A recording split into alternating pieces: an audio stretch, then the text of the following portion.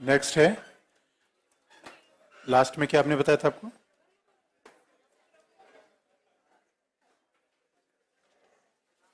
किसी ने कहा कि राज्यसभा के चुनाव में विधान परिषद के सदस्य मत देते हैं? नहीं देते हैं, नहीं देते हैं।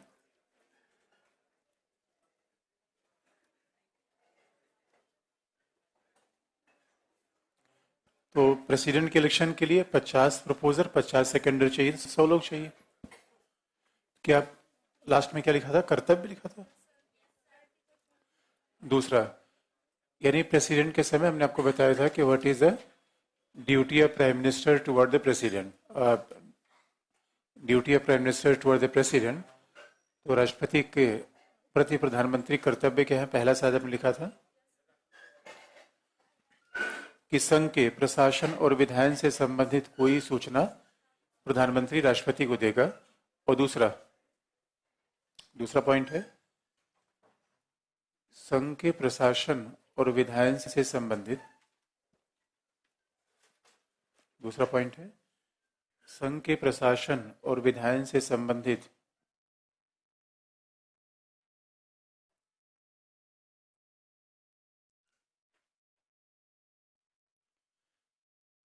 संघ के प्रशासन और विधायन से संबंधित कोई भी सूचना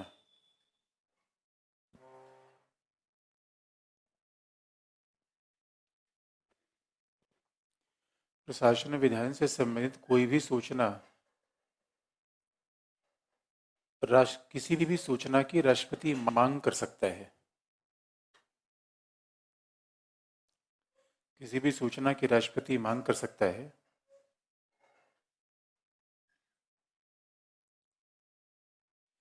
कि प्रेसिडेंट में call for any information regarding the administration and legislation of the union government। तो प्रेसिडेंट में कॉल फॉर, तो यही पहला है एक सूचना देगा, दूसरा है सूचना मांग सकता है, और तीसरी बात है जिस विषय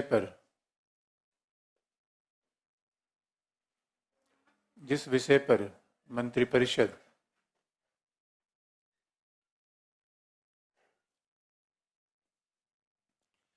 जिस विषय पर मंत्रिपरिषद के किसी एक सदस्य ने विचार किया है,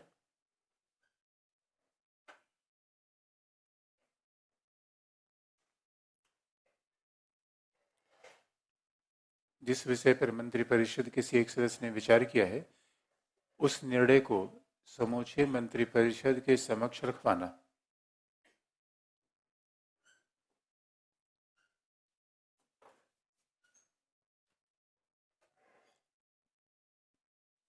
Any issue or subject which is considered by a minister that can be put before the entire council of minister for the consideration। तो ये तो माना जाता है कि एक तरीके से ये 3 प्रकार के प्रधानमंत्री कर्तव्य हैं जो राष्ट्रपति के लिए होंगे। ये प्रधानमंत्री के 3 कर्तव्य हैं जो वो राष्ट्रपति को देगा।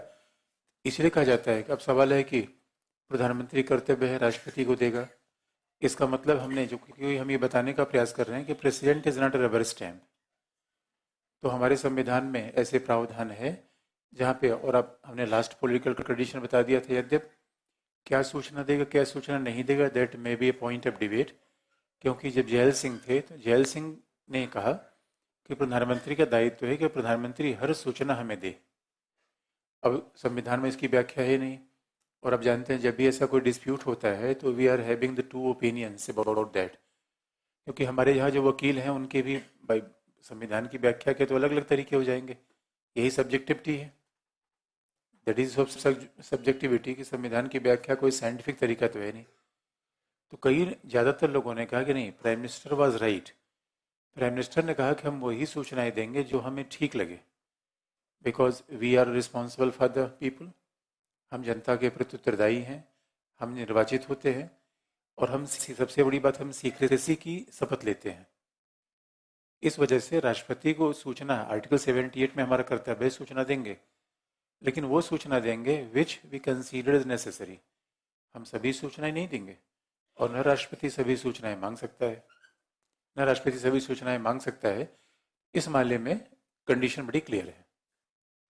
इस मायने में कंडीशन बड़ी क्लियर है कि किस तरीके से राष्ट्रपति और प्रधानमंत्री के बीच कर्तव्य निर्धारित किए गए हैं। तो कुल मिला के कंडीशन बनती है कि प्रेसिडेंट कई मामलों में अपने विवेक का प्रयोग कर सकता है और पार्लियामेंट्री फॉर्म ऑफ गवर्नमेंट में बिकॉज बोथ आर इलेक्टेड, ये दोनों के तरीके थोड़े अलग अलग है। तो कंक्लूजन में यही बात हम लिख सकते हैं कि president is a constitutional head but he should not be set as a rubber stamp, या महारानी की तरह ऐसा नहीं है कि प्रेसिडेंट इज अ पपेट। लेकिन ये बात है कि president is a constitutional head not a real head. ये बात तो तय है, न्यायपालिका ने भी कहा केसेस में, और ये इतने आर्गूमेंट एक ही तरफ बताते हैं। प्रशासनिक आर्गूमेंट लीजिए, संवैधानिक तर्क लीजिए, पॉलिटिकल आर्गूमेंट लीजिए, कई बार उन चीज़ों को बांट देते हैं कि जैसे कि हमने पॉइंट आउट वाइज बता दिया, आप इसको क्लेसिफाई कर लीजिए। जैसे आप कभी भी पॉइंट मिले तो हमेशा उसको क्लेसिफाई करने का प्रयास करिए। हमने 4 पॉइंट आपको बता दिया, वो रटने के बजाय उसको हमेशा फिर से कोशिश करिए कि इसको रीअरेंज किया जाए। तो हाउ वी कैन रीअरेंज, इसमें कॉन्स्टिट्यूशनल आर्गूमेंट, पॉलिटिकल आर्गूमेंट, एक तरीके से कहा जाए तो जो कि कुछ और आर्गूमेंट हो सकते हैं, तो आप इस तरीके से क्लेसिफाई कर लीजिए।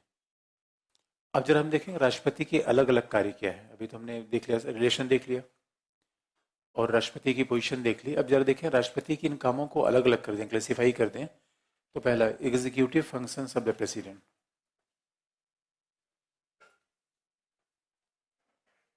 राष्ट्रपति के अलग अलग काम क्या है।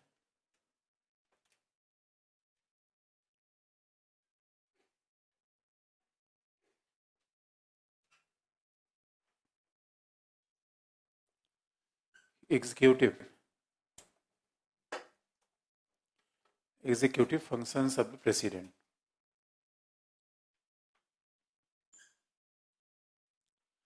अब आप देखेंगे कैसे हम चीज़ों को फिर यहाँ क्लेसिफाई कर लेंगे कि executive president functions of the president.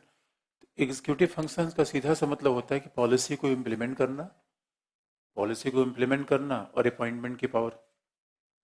Policy को इम्प्लीमेंट करना, अपॉइंटमेंट के power, that means executive functions.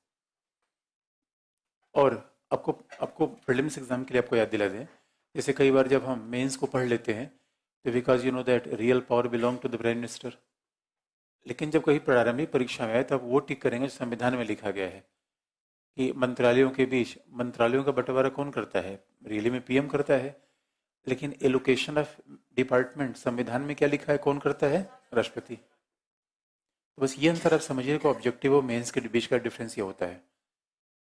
अब आप देखेंगे कि कैसे हम प्रेसिडेंट के एग्जीक्यूटिव पावर को बहुत सारे क्लेसिफाई कर सकते हैं। यानी पहला देखें तो प्रेसिडेंट पावर ऑफ अपॉइंटमेंट, उसके नियुक्ति की शक्ति क्या है।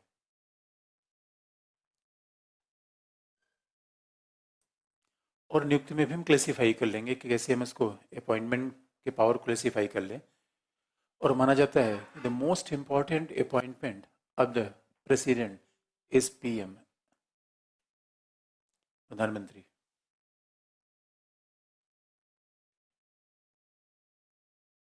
यानी prime minister is appointed by the president.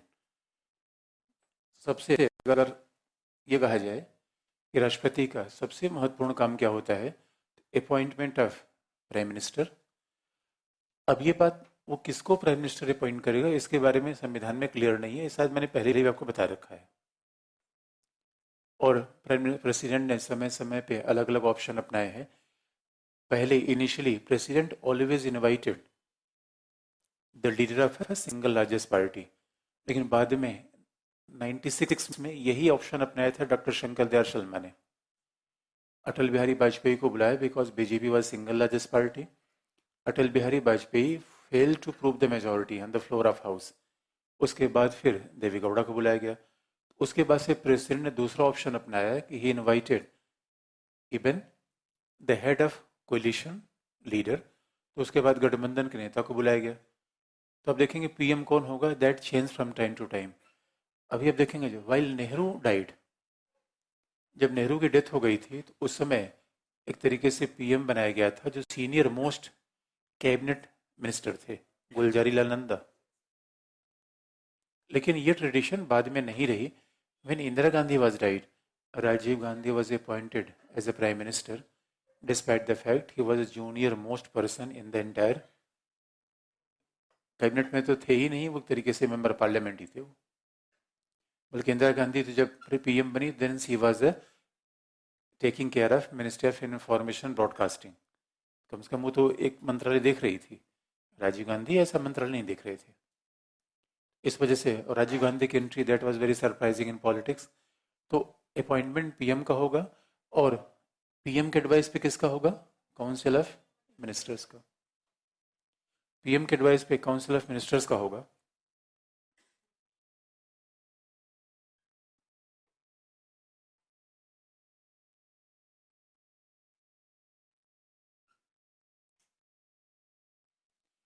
और ये भी आपको याद दिला दे, पीएम, अब ये जो संविधान में लिखा गया, council of minister will hold the position during the pleasure of president. जो मंत्रिपरिषद है वो राष्ट्रपति के प्रसाद परिंदा काम करेगी, लेकिन प्रधानमंत्री के बारे में बात नहीं लिखी गई है। प्रधानमंत्री के बारे में बात नहीं लिखी गई है। ये तो इसका गेस आप मान सकते हैं, because PM is the head of council of minister. जब काउंसिल ऑफ मिनिस्टर रिस्पॉन्सिबल है तो पीएम भी रिस्पॉन्सिबल होना चाहिए। लेकिन ऐसा नहीं माना जाता, क्योंकि हमारे यहाँ लिखा है कि minister is responsible, minister hold the office till the pleasure of the president. लेकिन प्रधानमंत्री के बारे में माना जाता है कि वो इसके लिए अप्लाई नहीं होता। बल्कि पिछली बार अभी एक स्टेट एग्जाम का प्रश्न आया था, तो ऐसा उसने पूछा था कि who is responsible toward the president, तो minister, not PM. PM responsible नहीं है, तो पीएम किसके प्रति रिस्पॉन्सिबल है? लोकसभा के प्रति। लेकिन अब देखेंगे, ये पहला अपॉइंटमेंट है, मोस्ट इंपॉर्टेंट है, और इसमें ट्रेडिशन कन्वेंशन बन गई है कि whosoever is commanding the confidence in house that can be appointed as a PM. जिसको भी लोकसभा में विश्वास प्राप्त हो, पीएम बन सकता है, चाहे लोकसभा का मेंबर हो या ना हो। Deve Gowda was the first prime minister who became the prime minister जब वो दोनों में किसी सदन के मेंबर नहीं थे। और शायद मैंने डिबेट आपको बता रखा है कि पीएम राज्यसभा से होना चाहिए, लोकसभा से होना चाहिए, that debate is separate which I have told you earlier. तो अब देखिए, लेकिन दूसरा है जरा और अपॉइंटमेंट। अब देखिए, मिनिस्टर तो इसके प्रसाद पर्यंत तक काम करता है। अब जरा राष्ट्रपति कुछ और अपॉइंटमेंट अब देखिए, दूसरी कैटेगरी में। पहली कैटेगरी में जो अपॉइंटमेंट है वो बड़ा इंपॉर्टेंट है, लेकिन अब जानते हैं मैक्सिमम लोग यहाँ पे राष्ट्रपति के प्रसाद पर्यंत काम करते हैं। इसका मतलब जब चाहे राष्ट्रपति उन्हें पद से हटा सकता है। लेकिन जरा दूसरे अपॉइंटमेंट आप देखिए, उसमें है सीएजी, दूसरा है members and chairperson of, sorry इसको यहाँ पे नहीं लिखें, सीएजी, दूसरा जजेस of supreme court and high court,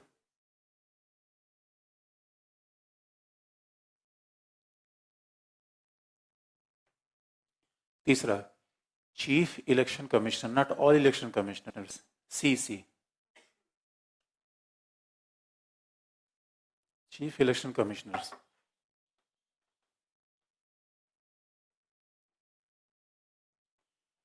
मुख्य निर्वाचन आयुक्त, नॉट ऑल द कमिश्नर्स, क्योंकि इलेक्शन कमीशन हमें अलग से पढ़ना भी है, that comprise of 3 persons, 3 members. लेकिन हम केवल मुख्य निर्वाचन आयुक्त की बात यहाँ पे कर रहे हैं।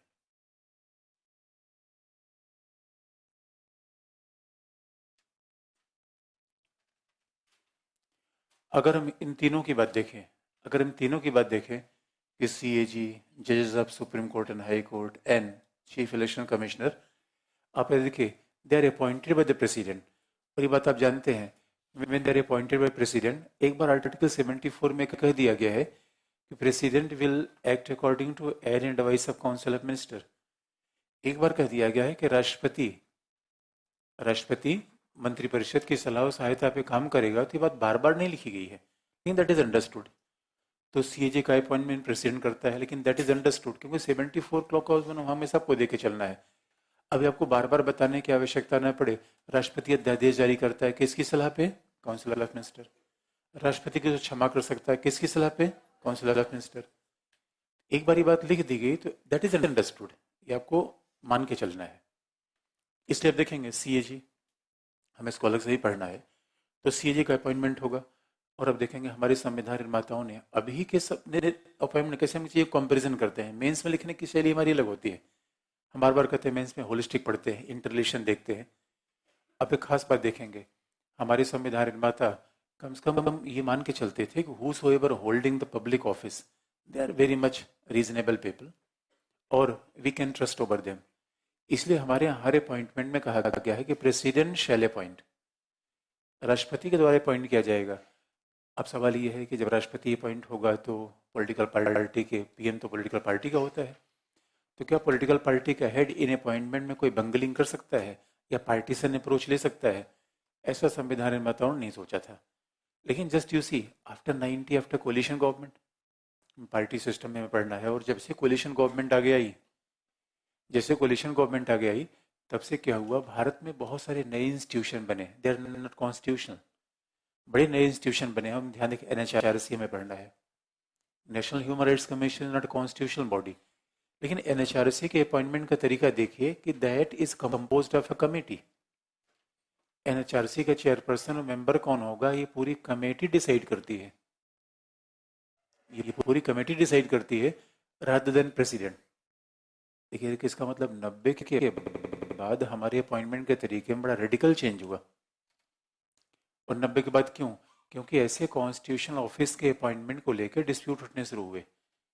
और खासतौर पर जब Naveen Chawla, when Naveen Chawla was appointed as CEC chief election commissioner, उस समय बड़ा विवाद उत्पन्न हुआ कि अब देखिए इंदिरा गांधी ने जब इमरजेंसी लगाई थी तो उसमें Shah commission was appointed, justice JP Shah, JC Shah. तो when Shah commission was appointed, Shah commission Naveen Chawla की commission is headed by a जज।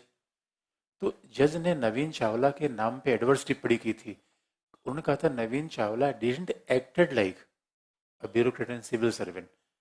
इसलिए आप याद रखिए प्रिपरेशन करने के दौरान, पढ़ने के दौरान आप आइडियोलॉजिकल बैगेज को पीछे रखिए। अगर ये आपकी आदत है कि धर्म जाति पे सोचते हैं तो इंटरव्यू में आपको बहुत नुकसान हो जाएगा। और कई बार व्यक्ति बहुत प्रिपरेशन कर जाता है, वो अपनी गलती नहीं देखता, वो क्या सोचता है सब सिस्टम में गलती है कि 10 साल से जो हमने दिमाग बना रखा है वो वहां निकल ही जाएगा, एक महीने में कोई कितना को ट्रेंड कर देगा, सही रूप में तो हम आ ही जाएंगे। तो just you remember that what kind of in which service we are going to appear and what kind of bent of mind we should give.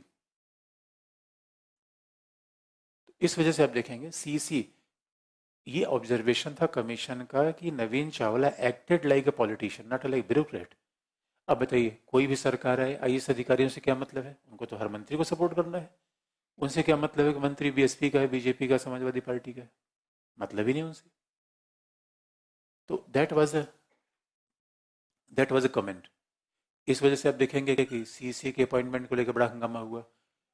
Vinod Rai के मामले को लेकर भी बड़ा डिस्प्यूट पैदा किया गया, कांग्रेस ने उन पर बड़ी आपत्ति की। यदि विनोद राय ने काम ठीक किया था, लेकिन पॉलिटिकली लोगों ने कहा कि विनोद राय के समय बात होने लगी कि नहीं, why we should not have a multi member appointing committee. तो 90 के बाद एनएचआरसी बना पहला, सीबीसी और लोकपाल, चीफ इंफॉर्मेशन कमिश्नर। मैं ऐसे 4 इंस्टीट्यूशन नाम बता रहा हूं जो कि स्टेट्यूटरी है, देर स्टेचुरी। तो स्टेट्यूटरी होने के बावजूद भी यहाँ के अपॉइंटमेंट का तरीका that is not bye the president, वो कमेटी वाइज सिस्टम है। तो आज इन पर भी कई बार बात होने लगती है कि क्यों ना कमेटी वाइज कर दिया जाए इन चीज़ों को भी। यानी मल्टी मेंबर अपॉइंटमेंट कमेटी होनी चाहिए। और हमारे यहाँ सब चीज़ है कि president shall appoint the governor. Governor के बारे में भी बात कही है पुंछी कमीशन ने कि अब गवर्नर को भी मल्टी मेंबर कमेटी के द्वारा अपॉइंटमेंट दीजिए। तो ये बातें थोड़ा सा आजकल आने लगी है, इसीलिए आप देखेंगे ये अपॉइंटमेंट के तरीके there are the very constitutional office. लेकिन हमारे यहाँ जो लेकुना है, the drawback is that election commission में 3 लोग हैं और 3 में सीसी, तो इनके हटाने का तरीका क्या है? प्रेसिडेंट को इनको अपॉइंट करेगा, इनको प्रेसिडेंट हटाएगा काउंसिल ऑफ मिनिस्टर को, यदि पीएम को नहीं, because PM responsible toward the Lok Sabha. लेकिन इनको अपॉइंट करेगा प्रेसिडेंट, प्रेसिडेंट हटा नहीं सकता, प्रेसिडेंट हटा नहीं सकता, बल्कि हटाने के बजाय इसमें यह कहा गया है when parliament parliament pass A resolution from A special majority, इनको हटाने के लिए संसद के द्वारा एक विशेष बहुमत से प्रस्ताव पारित करना पड़ेगा।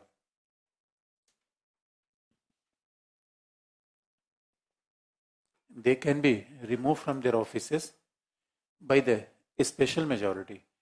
इनको अपने पद से हटाने के लिए एक विशेष बहुमत के द्वारा प्रस्ताव पारित करना पड़ेगा। और यहाँ उस विशेष बहुमत का मतलब यह है कि majority of strength of house,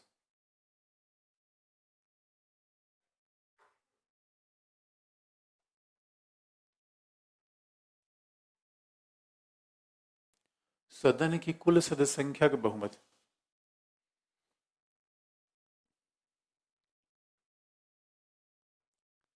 majority of strength house सदन की कुल सदस्य संख्या का बहुमत, और 2/3 members of present and voting.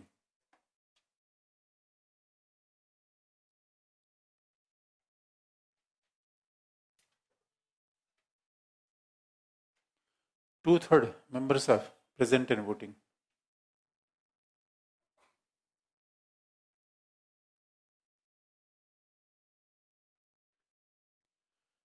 यानी किस विशेष बहुमत से हटाया जाएगा? याद रखिए, इसी विशेष बहुमत से संविधान का संशोधन होता है। तो पार्लियामेंट विशेष बहुमत से इन्हें अपने पद से हटा पाएगी। और विशेष बहुमत का मतलब है सदन की कुल सदस्य संख्या, कुल सदस्य संख्या डलें, सदन की कुल सदस्य संख्या का बहुमत और उपस्थित और मत देने वालों का 2/3। ये दोनों कंडीशन एक साथ चाहिए, अलग अलग नहीं।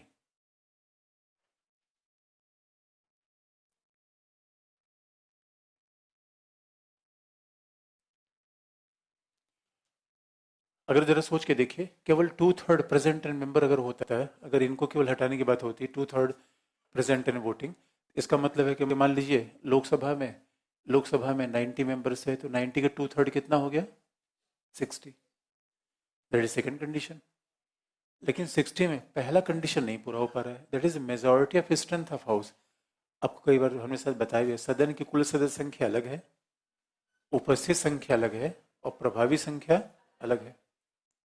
तो कुल सदस्य संख्या का मतलब कितना है दोनों सदन का? 545, 545 एंड 245, ये स्ट्रेंथ ऑफ हाउस है। तो सवाल है, इसका मतलब है लोकसभा में कोई बहुमत आपको पारित करना है तो एटलीस्ट यू शुड गेट 273, और राज्यसभा में 126। इतना तो कम से कम आपको चाहिए। इसका मतलब है अगर केवल दूसरी कंडीशन हम ले, ये तो कितनी संख्या हो पा रही है? 60। पहली कंडीशन पूरी नहीं हो पा रही है। और एक बात याद रखिए, अब विश्लेषण की बात है, केवल हमें तथ्य, हमें बार बार कहते हैं केवल तथ्य पर हमारा ध्यान नहीं होना चाहिए। सवाल ये होता है कि आखिर में किसी काम के लिए विशेष बहुमत होता है, किसी काम के लिए सामान्य बहुमत होता है। There is a logic behind that. आप याद रखिए, लोकतंत्र में बहुमत का मतलब तो सामान्य बहुमत का मतलब है जितने लोग उपस्थित हैं आधे से ज्यादा, आपने कोई निर्णय कर लिया। इसलिए ज्यादा डेमोक्रेटिक कौन है? सभी की राय शामिल हो जाए। अब बताइए, ज्यादा लोकतांत्रिक निर्णय कौन है? सभी की राय शामिल हो जाए। या अगर सभी की राय शामिल ना हो पाए तो मैक्सिमम लोगों की राय शामिल हो। तो 2/3 मेजोरिटी, और इतने हमने कठिन मेजोरिटी क्यों रखा? क्योंकि आप याद रखिए, इन पदाधिकारियों को कोई एक पार्टी नहीं हटा सकती, और खासतौर पर अगर कोलिशन गवर्नमेंट आ जाए फिर तो इन पदाधिकारियों को हटाना लगभग नामुमकिन हो जाएगा। और क्यों ऐसा इनके लिए स्ट्रेंथ दिया गया है? Because they are appointed by the president, लेकिन वो सरकार के खिलाफ काम करते हैं। खिलाफ शब्द का प्रयोग का मतलब है सरकार की निगरानी करते हैं, सरकार को नियंत्रण में रखते हैं। तो अगर सरकार, इसका मतलब है इनका काम ही है सरकार पर नकेल लगा के रखना, तो सरकार इनसे नाराज रहेगी, खुश रहेगी? अब जरा इलेक्शन, अब इसलिए आप देखिए दोस्तों, अब जरा देखिए, एक ब्यूरोक्रेट कितना फर्म पर्सनालिटी का व्यक्ति होना चाहिए। आप समझ सकते हैं कि इलेक्शन कराना कितना टफ काम है। अब आज रजा, आज जैसी इलेक्शन डेट की शुरुआत हुई, डीएम के ऊपर 4-4 फोन आते हैं, सर मेरा हेलीकॉप्टर उतर रहा है, ये रोक रहा है। एक बार तो किसी डीएम के ऊपर ये फोन आया कि ना नहीं, इसका हेलीकॉप्टर मत उतरने दो। नहीं, दोनों का हेलीकॉप्टर उतरेगा। सीधे सीएम का फोन आ गया, इसका हेलीकॉप्टर नहीं। उनका नो नो सर, हम दोनों का हेलीकॉप्टर, आप 2 बजे उतारिए, 4 बजे उतारेगा। अब जो सोचिए, चीफ मिनिस्टर आपको 310 कर रहा है और आपको टफ बने रहना है। सामान्य बात है, विशेष बात है? विशेष बात है। अब बताइए, इसलिए पर्सनालिटी तो दिखनी चाहिए कि जो स्टैंड आपने ले लिया वो सही लगता है, तो इसलिए इलेक्शन कमीशन, क्योंकि जब चुनाव की जैसी तिथियों घोषणा हो गई तो उस समय जिलाधिकारी सीसी के निर्देशन में काम करता है, कार्यपालिका के निर्देशन में नहीं।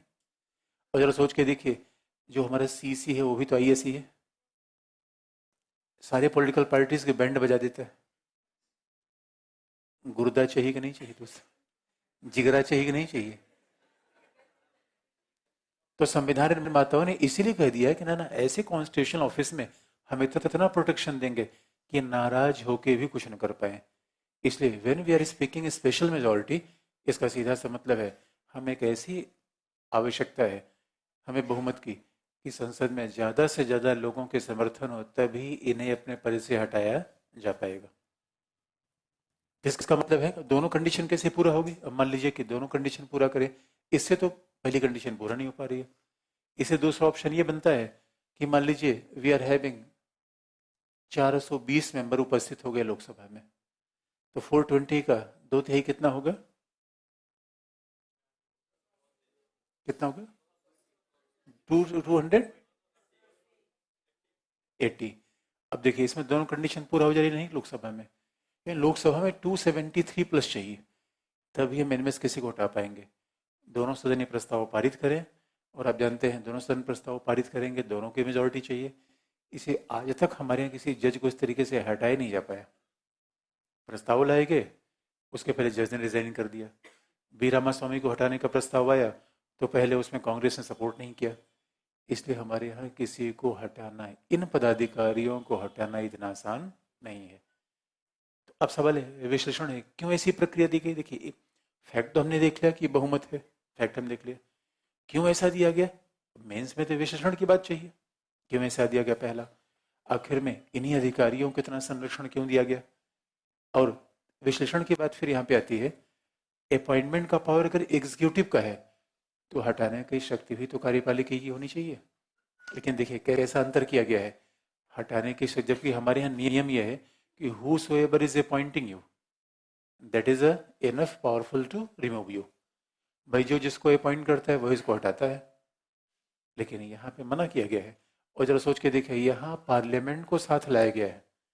देखिए पार्लियामेंट का तो मूल काम विधायी है, कार्यपालिका, किसी को हटाना है, दैट इज एग्जीक्यूटिव एक्ट और लेजिस्लेटिव एक्ट, एग्जीक्यूटिव एक्ट। इस वजह से क्यों, क्योंकि कार्यपालिका अपने प्रभाव कारण किसी को इस तरीके से हटा नहीं सके। अब ऐसा ही लगता कि this is additional functions of parliament, ये पार्लियामेंट कुछ ऐसे अतिरिक्त काम है जो अभी तक हम नहीं पढ़े थे। यानी तरीके से किसी को पद से हटाना पार्लियामेंट का ये भी काम है। ऐसा नहीं लगता it is sort of a quasi judicial functions, कुछ अर्धन्यायिक जैसा काम है, वैसा पार्लियामेंट करती है।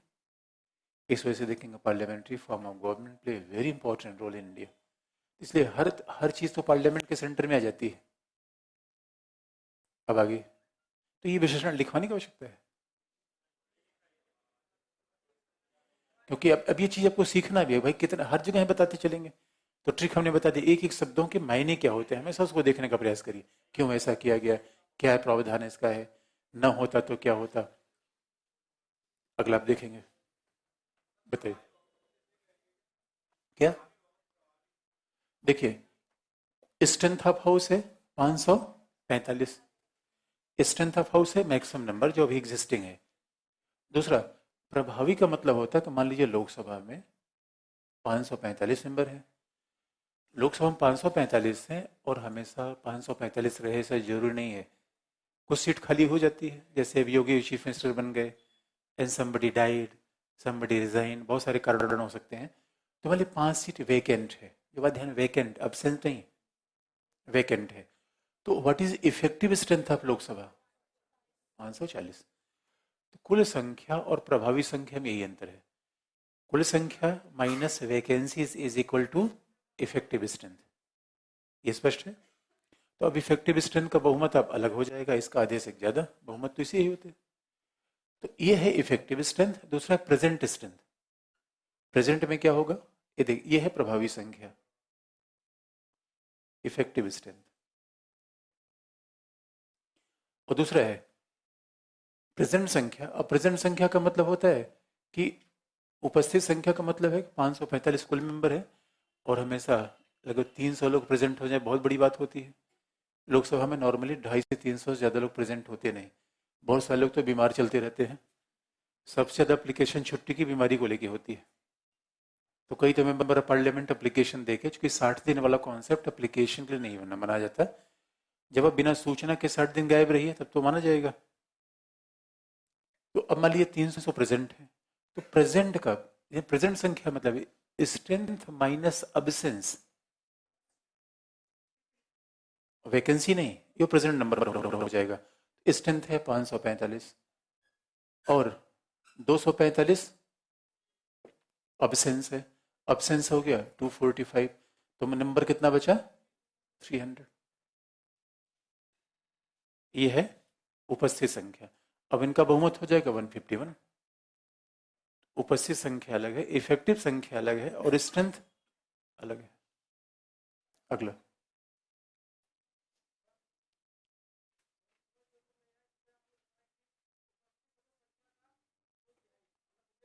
विशेष बहुमत,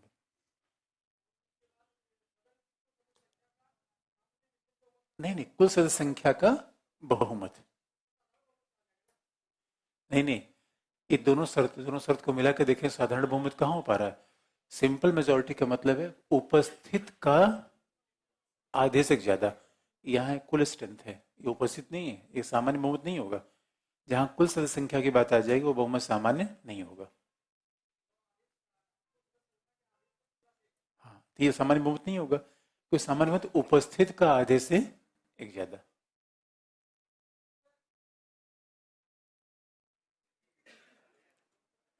बताइए।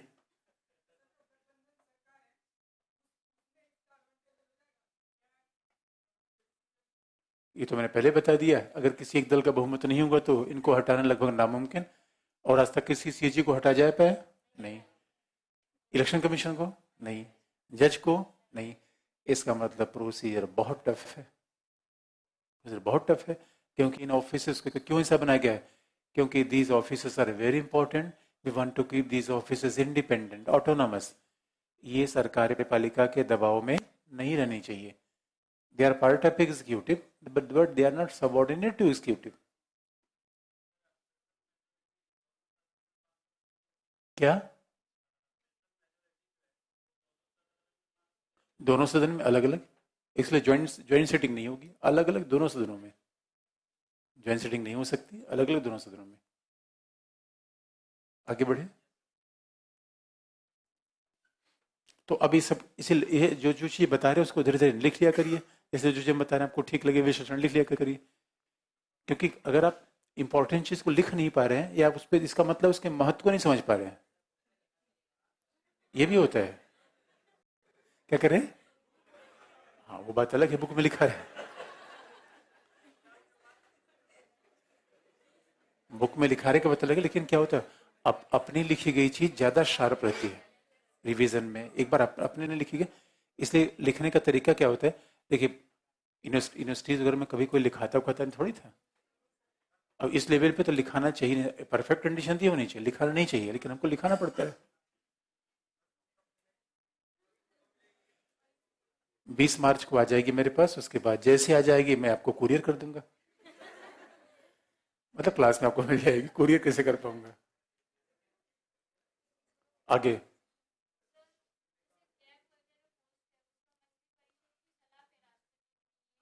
हाँ हाँ हाँ, नहीं मंत्रिपरिषद की भी अब तो कोलिजियम सिस्टम आ गया, आगे हम देख लेंगे। वो कोलिजियम का सिस्टम है, लेकिन वो तो हम देखेंगे आगे। क्या क्या होता है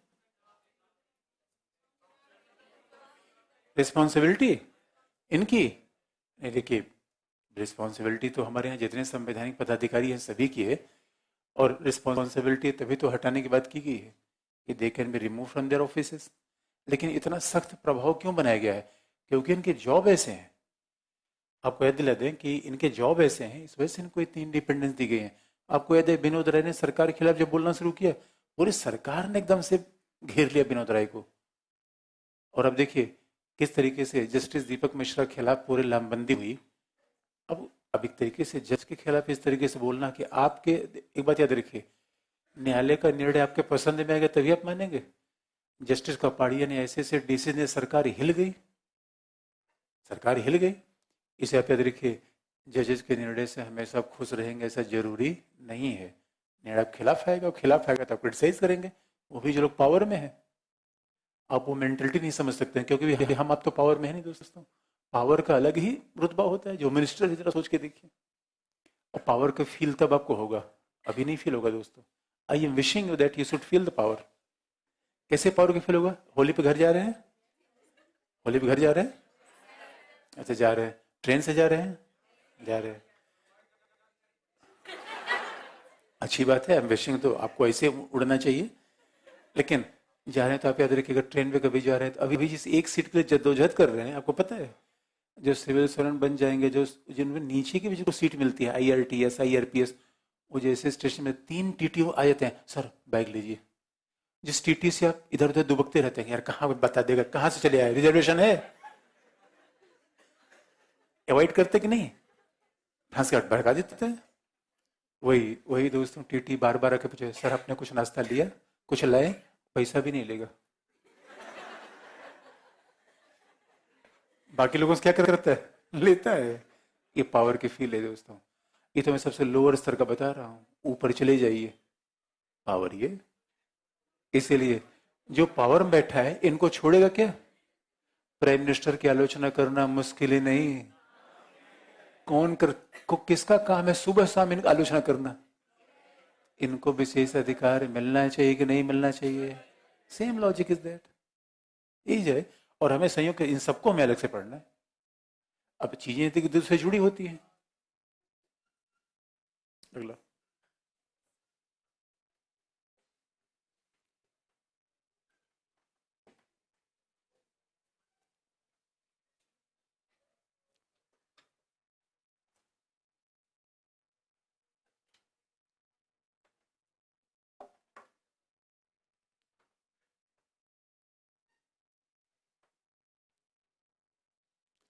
तो पहला ये अच्छा, ऑब्जेक्टिव एग्जाम के लिए आपको ये भी बता दें कि प्रेसिडेंट के कई अपॉइंटमेंट होते हैं वो ऑब्जेक्टिव एग्जाम के लिए, जो कहते हैं कि appointment by warrant and seal. अब appointment by warrant and seal का मतलब ये होता है, अपॉइंटमेंट वारंट एंड सील का मतलब ये होता है कि जो जो अपॉइंटमेंट प्रेसिडेंट ऐसा करता है जिसपे खुद प्रेसिडेंट के सिग्नेचर होते हैं, उसके अपॉइंटमेंट दो प्रकार के हैं। IAS ऑफिसर को जो अपॉइंटमेंट लेटर होता है वो प्रेसिडेंट के सिग्नेचर से मिलता है। लेकिन जो IAS अधिकारी का अपॉइंटमेंट लेटर होगा प्रेसिडेंट के बजाय उसको सेक्रेटरी साइन करेगा। लेकिन जैसे गवर्नर के अपॉइंटमेंट हैं, CAG के अपॉइंटमेंट है, उसमें खुद प्रेसिडेंट का साइन रहेगा, रामनाथ कोविंद का ही सिग्नेचर रहेगा। उसको क्या कहते हैं? Appointment by warrant and seal. तो सुप्रीम कोर्ट की प्रेसिडेंट की सील लगेगी और उसी का सिग्नेचर रहेगा, उसी का सिग्नेचर रहेगा। तो ये ऑब्जेक्टिव एग्जाम के लिए गवर्नर, CAG, जजेस, they are appointed by warrant and seal of the president, जहां प्रेसिडेंट का साइन खुद ही होता है।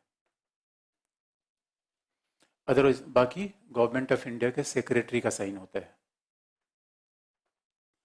अब देखिए जरा अगला अपॉइंटमेंट देखें, प्रेसिडेंट का अगला अपॉइंटमेंट,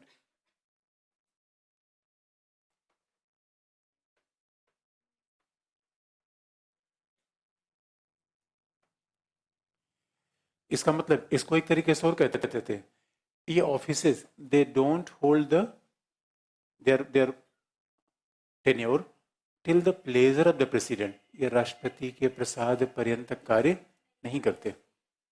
क्योंकि अच्छा, प्रसाद पर्यंत का मतलब है जिसको पद से हटाने के लिए कोई कारण न बताना पड़े, दैट इज अ प्रसाद पर्यंत। That is till pleasure of the president, वो प्रसाद पर्यंत काम करते हैं। तो जिसको पद से हटाने के लिए कोई आधार संविधान में न दिया गया हो, जैसे मिनिस्टर से, तो राष्ट्रपति कभी उनको हटा सकता है, उनको कोई निश्चित टेन्योर नहीं होता। वो कभी ये नहीं पूछ सकते कि what is reason behind my removal. लेकिन इनके पद से हटाने का आधार दिए गए हैं, इसलिए ये राष्ट्रपति के प्रसाद पर्यंत कार्य नहीं करते। अगला, अगला अपॉइंटमेंट है, हर अपॉइंटमेंट थोड़े थोड़े अंतर आपको दिख जाएंगे, जैसे chairperson and members of UPSC, chairperson and members of UPSC, संघ लोक सेवा आयोग के अध्यक्ष और सदस्य। उसके बाद जो संघ लोक सेवा आयोग तो कॉन्स्टिट्यूशनल बॉडी है, संवैधानिक संस्था है। उसके बाद आप देखेंगे कई ऐसी संस्थाएं हैं they are statutory in nature. तो स्टैट्यूटरी इन नेचर, तो उसमें क्या है,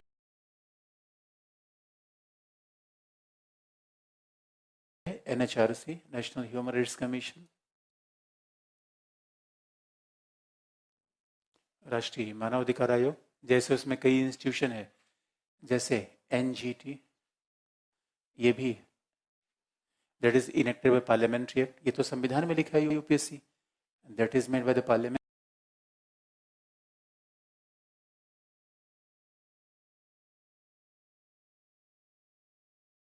एनजीटी, उसमें भी कई इंस्टीट्यूशन है, जैसे कि सीआईसी, लोकपाल,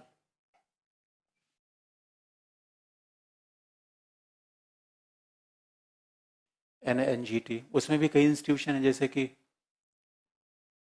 सीआईसी, लोकपाल,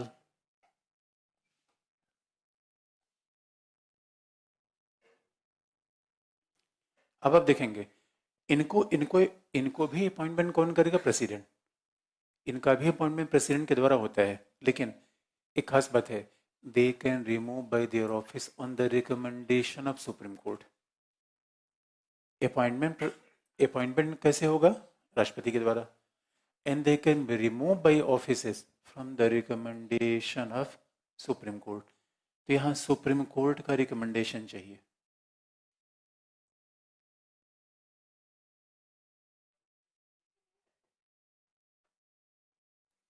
बहुत सारी चीजें आएगी, बाकी आप देख लीजिएगा। हमें दो तीन एग्जाम्पल आपको बता दिए, बाकी तो अलग से हमें बताना है भी, इसलिए इसका मतलब है दीज इंस्टीट्यूशन में राष्ट्रपति अपॉइंट करेगा, क्योंकि हम हर एग्जाम्पल नहीं लिख सकते, हमें तो विवेचना लिखना होता है। बस एक दो जो सबसे सटीक एग्जाम्पल है मैं आपको बता देता हूँ। तो इन्हें हम उच्चतम न्यायालय के रिकमेंडेशन पे राष्ट्रपति हटा पाएगा, जबकि राष्ट्रपति ने अपॉइंट कैसे करेगा, इन्हें तो इनको अपॉइंटमेंट के लिए कमेटी है, यूपीएससी मेंबर्स के लिए नहीं, क्योंकि हमारे संविधान में कहीं लिखा ही नहीं गया कमेटी जैसा सिस्टम। बस सीधा क्या है, president shall appoint the person, राष्ट्रपति के द्वारा अपॉइंटमेंट किया जाएगा। और उच्चतम न्यायालय से रिकमेंडेशन लेने का मतलब ही हो गया कि supreme court is independent body, autonomous body, इसलिए सुप्रीम कोर्ट की बात कही गई है कि सरकार इनको ना हटा पाए। और सबसे स्ट्रेंज मामला तब देखेंगे जब chairperson and members of state public service commission, chairperson and members of state public service commission, they are appointed by the governor but removed by the president। SC के रिकमेंडेशन पे, सुप्रीम कोर्ट के recommendation पे, they can only remove by the president. ये अपने आप में इसका मतलब है यहाँ पे पार्लियामेंट को पावर दी गई है, इसका मतलब ये भी ऑफिस इंपॉर्टेंट है, लेकिन इससे थोड़ा सा कम महत्व है, इसलिए अलग अलग सिस्टम कर दिया गया है। वो प्लेजर ऑफ द प्रेसिडेंट चलता है, इधर से पार्लियामेंट हटाती है, इधर सुप्रीम कोर्ट हटाता है। तो अपने आप में प्रेसिडेंट के अपॉइंटिंग अथॉरिटीज में भी अलग अलग चीजों का महत्व है।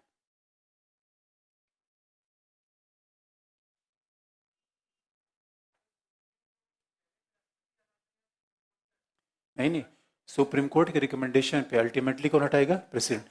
यहाँ भी अल्टीमेटली रिमूवल का पावर तो प्रेसिडेंट का ही है, रिकमेंडेशन इनका होना चाहिए।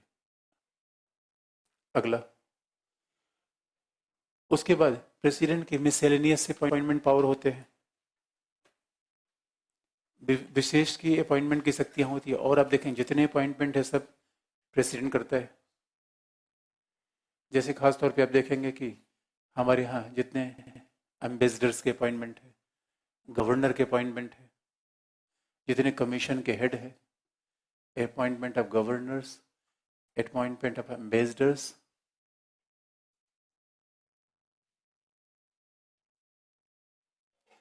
गवर्नर्स, एम्बेसडर्स और हेड ऑफ वेरियस कमीशंस, जितने भी हमारे यहाँ आयोग बने हुए हैं उन सब के चीफ को कौन अपॉइंट करता है? प्रेसिडेंट।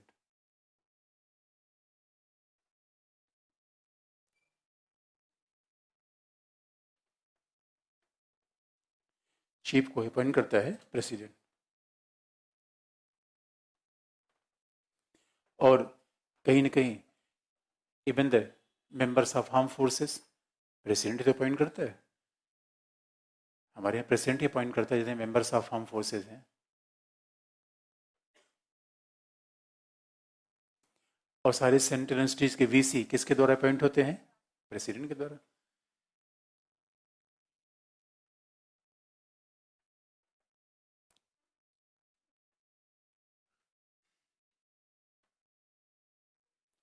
अब आगे, अब हम देखेंगे राष्ट्रपति की विधायी शक्तियां, legislative powers of the president.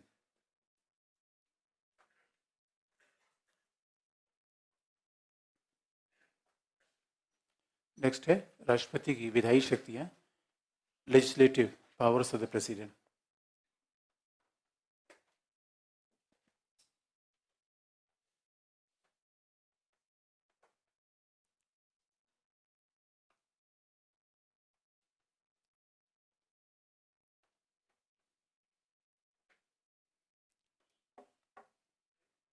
राष्ट्रपति की विधायी शक्तियां,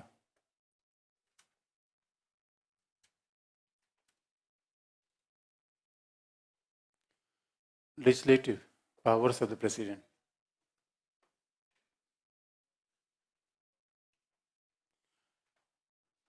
अगर हम legislative powers of the president की बात करें तो पहला आप देखेंगे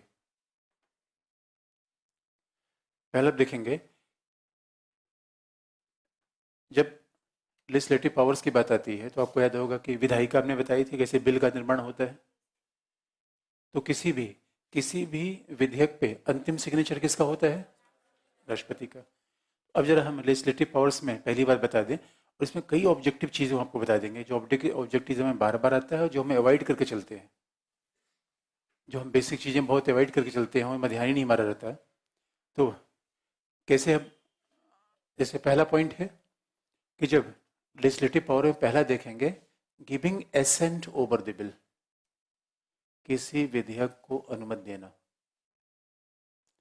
विधायी शक्ति में पहला हो जाएगा एसेंटिंग ओवर द बिल। अब देखिए ये सब बहुत बेसिक बातें हैं, सच पूछिए ये हमें नहीं बताना चाहिए। ये विषय में थोड़ी बता देता है छोटी छोटी बातें। ये सब अपने पढ़ने की बात है जीएस में। अच्छा, बेसिक बुक तो अब मैं दे दूंगा, चिंता मत करो। एसेंट ओवर द बिल कैसे? अब देखिए एसेंट ओवर बिल का मतलब है अब when both houses of parliament pass any bill, जब, अच्छा एसेंट किस आर्टिकल में देता है प्रेसिडेंट? तो आर्टिकल बहुत इंपॉर्टेंट है कि फिर भी किस आर्टिकल में देता है? आर्टिकल 111 111। वैसे आर्टिकल का बहुत महत्व नहीं है। तो राष्ट्रपति किसी विधेयक पर अनुमति देता है आर्टिकल 111 में 111। अब जब प्रेसिडेंट इस पे अनुमति देता है तो अब देखिए व्हाट इज द ऑप्शन। जैसे हमने कहा था कि जब दोनों सदनों के द्वारा विधेयक पारित कर दिया जाए तो what is the option before the president? पहला, प्रेसिडेंट विल गिव हिज और हर असेंट, अनुमति देगा। पहला ऑप्शन प्रेसिडेंट के पास क्या है? President will give, shell give his और हर असेंट। दूसरा होगा even he can reject the bill, shall not give his assent। पहले अनुमति देगा। दूसरा, bill will be rejected, bill shall not give his assent।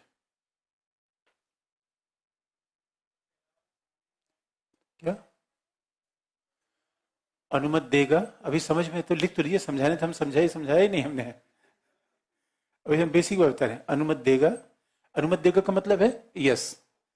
जैसे उसने अनुमति देगा का मतलब क्या है, he did signature over the bill, उसने हस्ताक्षर कर दिया, और हस्ताक्षर कर दिया इसका मतलब देन बिल बिकेम एक्ट, अधिनियम। जैसे उसने सिग्नेचर किया बिल क्या बन गया, अधिनियम। और अधिनियम उसके बाद लागू कब होगा, नोटिफिकेशन के बाद। जैसे अधिनियम बन गया वैसे नोटिफिकेशन हो जाएगा। यही अनुमति देने का मतलब है। और rejection of the bill means bill हो गया टोटे टोटे, खत्म हो गया, that means rejection of the bill. तीसरा ऑप्शन है, what is third option,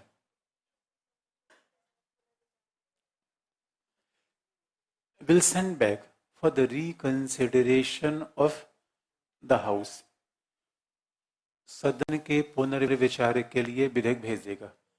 will send back for the reconsideration,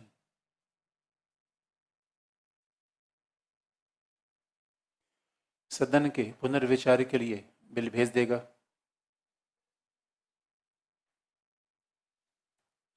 और ये बात आप जानते हैं कि सदन फिर से पुनर्विचार के लिए वापस कर दे, जैसे office of profit bill, you remember, लाभ का पद जो संबंधी बिल है उसको कलाम ने भेजा था कि नहीं, लेकिन फिर से सांसदों ने भेज दिया था। Then president is bound to sign over that.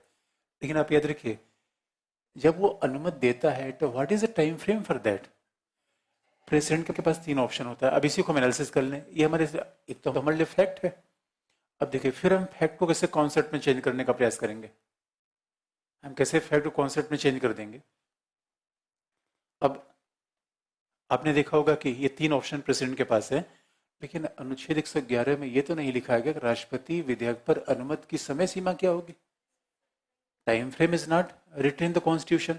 अब बताइए, एक महीने में अनुमति देगा, 2 महीने में, 3 महीने में। पहला, अब हम एक एक पे बात करें। अब आप बताइए, अब देखिए कॉन्सेप्ट में आपसे काम आपको पूछूंगा, कैसे कॉन्सेप्ट, हमने फैक्ट पढ़ लिया ये बात, अब इसको कॉन्सेप्ट की पढ़ाई करें। और कॉन्सेप्ट तो सबसे इंपॉर्टेंट है, उसके बाद फैक्ट अपने आप इंटरेस्टिंग लगने लगता है। फैक्ट वैसे आप रटेंगे इसलिए बोझ बन जाता है। इधर मैं भी कभी कभी फैक्ट बीच में देखता रहता हूँ कि भूल न जाऊँ। फैक्ट रिवाइज करना पड़ेगा आपको। धन विधेयक याद करने के लिए मुझे भी मेहनत करना पड़ा आपके लिए। मैं धन विधेयक, क्योंकि जब मैं याद नहीं करूंगा तो आप कैसे कहेंगे कि ये देखो अपने याद ही नहीं है, दूसरे को बता रहे हैं याद कर लो।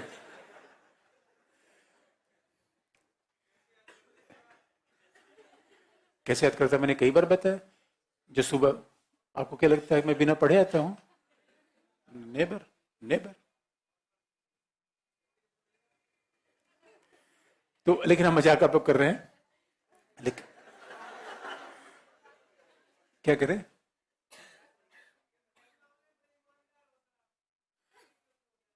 क्या करें? अरे नहीं नहीं भाई, ऐसा कुछ नहीं यार, ये बड़ी भौतिकवादी दुनिया है, ऐसा कहना बड़ा मुश्किल है। क्या बताऊं, कोशिश मैं करता हूं, मैं क्या हूं मुझे खुद ही नहीं पता है। तो गिव के असेंट, अनुमति देना। अब स्वाभाविक रूप पे हम बिल पे अनुमति देते हैं। अब बिल पे अनुमति देते हैं, साइन करते हैं। अब एग्जाम्पल आपको बता दे कि अगर मेरे कोई टाइम लिमिट तो है नहीं। अब एक एक एनालिसिस करें तो नंबर एक, पहली बार, अब जरा मुझे ये बताइए, मैं कॉन्सेप्ट आपसे पूछ रहा हूँ। अब मुझे ये बताइए इसमें से कौन सा ऑप्शन प्रेसिडेंट को अपनाना चाहिए और कौन सा ऑप्शन आपको ऑब्जेक्शनेबल लग रहा है? कौन सा? रिजेक्शन ऑब्जेक्शनेबल लग रहा है, क्यों?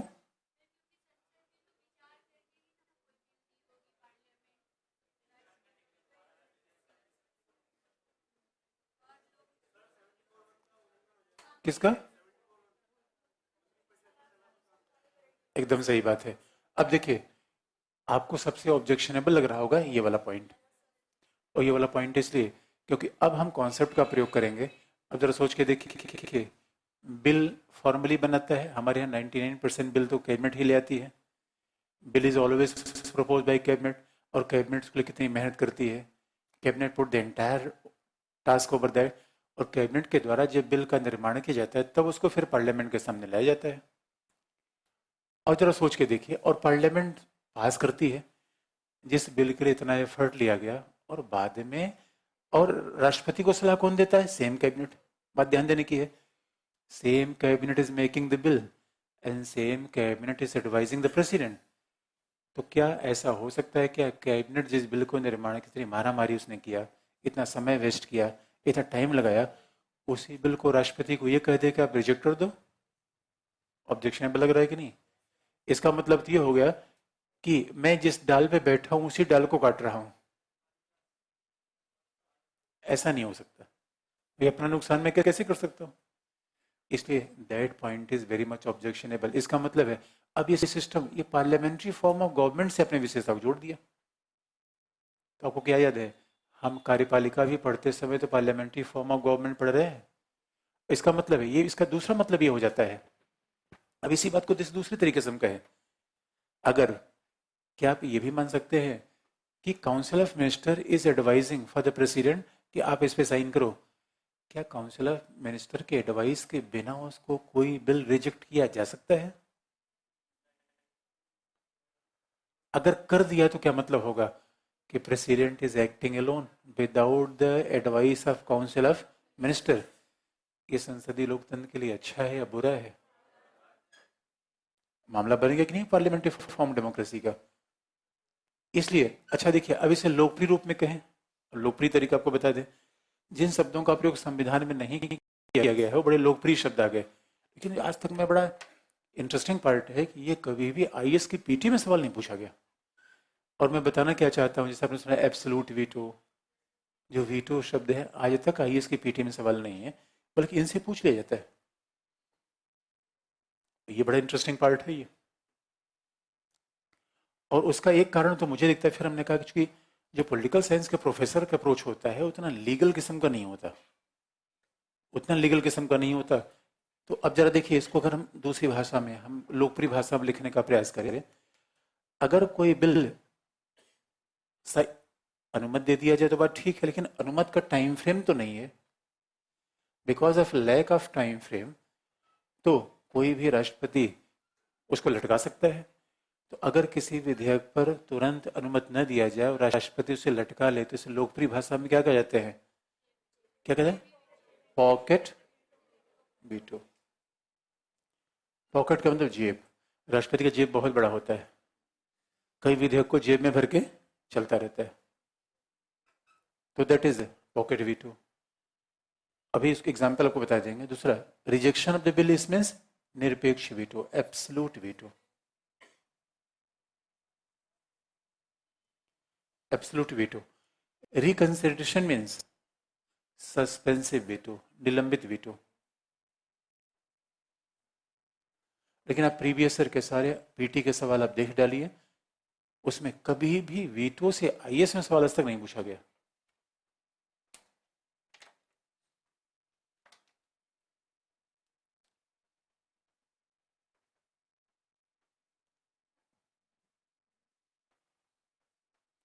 और देखिए, न पूछने के कारण और हो सकता है कि जब हम बुक्स वगैरह को देखते हैं तो इसका रेफरेंस कहीं नहीं मिल पाता, लोग लोकप्रिय रूप में प्रयोग करते हैं। और ये बात आप जानते हैं, जब प्रोफेसर से कोई भी क्वेश्चन पेपर सेट करने को दिया जाता है तो हमेशा रेफरेंस मांगा जाता है, अब रेफरेंस आप दीजिए। इसलिए कई बार ऐसा होता है कि मैं इसे बार बार कहता हूँ कि वो मैगजीन पढ़िए जो गवर्नमेंट ऑफ इंडिया की है, तो उससे आपको ज़्यादा फायदा मिलेगा, क्योंकि रेफरेंस उसी का होगा। जो मैगजीन आप सामान्यतः पढ़ते हैं that is not the point of reference. लेकिन एक फायदा ये कर जाती है क्योंकि वो लोग भी वहीं से मटेरियल लेते हैं। इसलिए आप देखेंगे कई बार क्या होता है, हमारे पढ़ने और एग्जामिनर के अप्रोच में डायमेट्रिकली अपोजिट हो जाता है। हमने बड़ी मेहनत लगा दी, वहां मेहनत लगाई नहीं जहां से एग्जामिनर सोर्स ले रहा है। क्योंकि एग्जामिनर जो भी पेपर देता है उसका हमें सोर्स बताना पड़ेगा, इस बुक से लिया है, इस पेज से लिया है। अब बताइए, नहीं तो ऐसा थोड़ा कि कोई भी सवाल आप सेट करके दे देंगे। तो ये है pocket veto, absolute veto. Pocket का मतलब जेब में रखना, जेबी वीटो। अब एक एक को हम एग्जाम्पल अगर बता दें और अब देखेंगे, अब हम पॉकेट वीटो कैसे हम कॉन्सेप्चुअल बना देंगे। कैसे कॉन्सेप्चुअल बनाएंगे? पहला पॉइंट लिखेंगे, ऐसे बता दें, बता दें।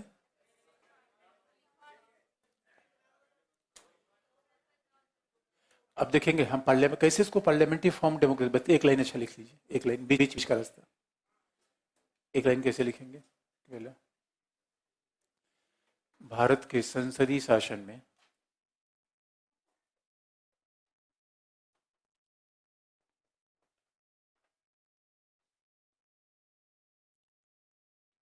in a parliamentary form of government of India,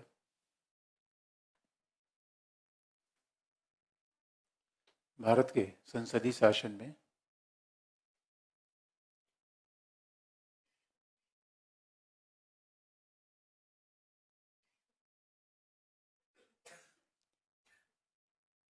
Bharat के संसदीय शासन में मंत्रिपरिषद की सलाह पर राष्ट्रपति की काम करता है.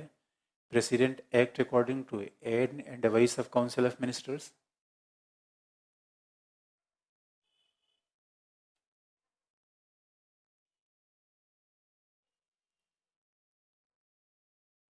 राष्ट्रपति मंत्रिपरिषद की सलाह और सहायता पर काम करता है, इसलिए राष्ट्रपति के द्वारा वीटो का प्रयोग अतार्किक प्रतीत होता है.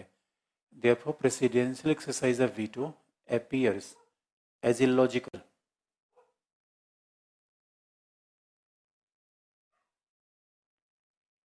इसलिए राष्ट्रपति के द्वारा वीटो का प्रयोग अतार्किक प्रतीत होता है.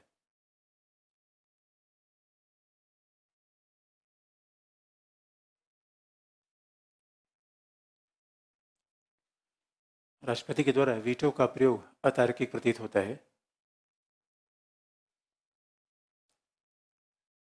और पहली बार, दैट्स वेरी इंपॉर्टेंट, पहली बार वर्ष 1986 में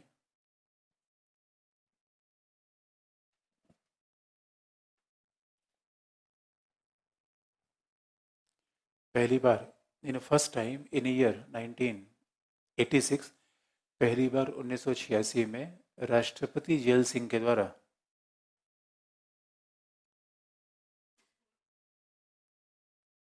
first time in year 1986 president gel Singh exercise the pocket veto.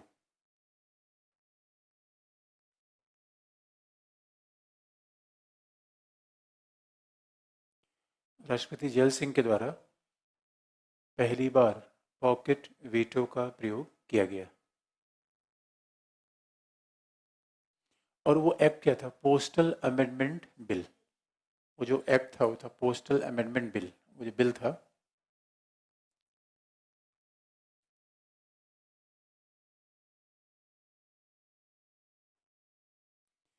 आपको फिर याद दिला दें, पोस्टल अमेंडमेंट बिल. अच्छा, जब अमेंडमेंट शब्द का प्रयोग करते हैं तो that should not B confusion. कई बार लोगों को ये कंफ्यूजन हो जाता है कि संविधान का संशोधन नहीं. भाई, बिल का भी तो अमेंडमेंट होता है. बिल अलग होता है, कॉन्स्टिट्यूशनल बिल अलग होता है. कॉन्स्टिट्यूशनल अमेंडमेंट बिल अलग है. तो अमेंडमेंट शब्द आने से ये मत समझिए कि उन्हें कॉन्स्टिट्यूशनल अमेंडमेंट. ये पोस्टल अमेंडमेंट बिल एक तरीके से राइट टू प्रिवेसी पर हमला था. पोस्टल अमेंडमेंट बिल में ये लिखा गया था कि भारत की सुरक्षा का मामला हो, किसी के भी टेलीफोन टेप किए जा सकते हैं, किसी के भी लेटर पढ़े जा सकते हैं. और ऐसा लगता था, ज्ञानी जैल सिंह को ऐसा लगा कि हो सकता है कि मेरे भी ऐसे कुछ टेलीफोन टेप कर लिए जाए.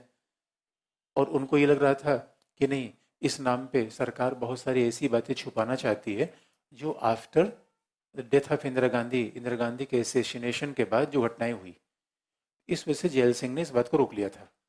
और ये पहली बार 86 में हुआ. इसका मतलब समझ सकते हैं, बहुत बड़ी बात थी. यानी इसके पहले कभी प्रेसिडेंट ने फ्रॉम पास्ट 36 ईयर्स, भारत का संविधान लागू हुआ 1950 में, और अगर 86 में ऐसा काम किया गया, इसका मतलब it was something very exceptional in nature. ये बड़ा ही आपवादिक किस्म का था और पॉकेट वीटो का प्रयोग कर लिया. And that shows that president can access. इसका मतलब है कि राष्ट्रपति ने मंत्रिपरिषद की सलाह से काम नहीं किया. इसका मतलब तो यही हो गया. इसका मतलब क्या हो गया? अगला point,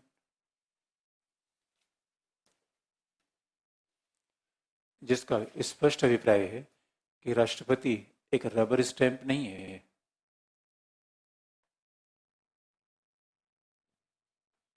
which clearly shows that president is not a rubber stamp.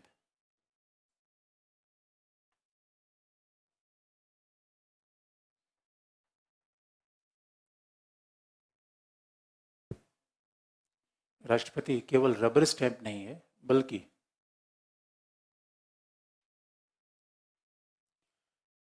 उसे संवैधानिक शक्तियां प्राप्त हैं. Even president can enjoy the constitutional powers. President enjoy the constitutional powers. He is not merely a rubber stamp.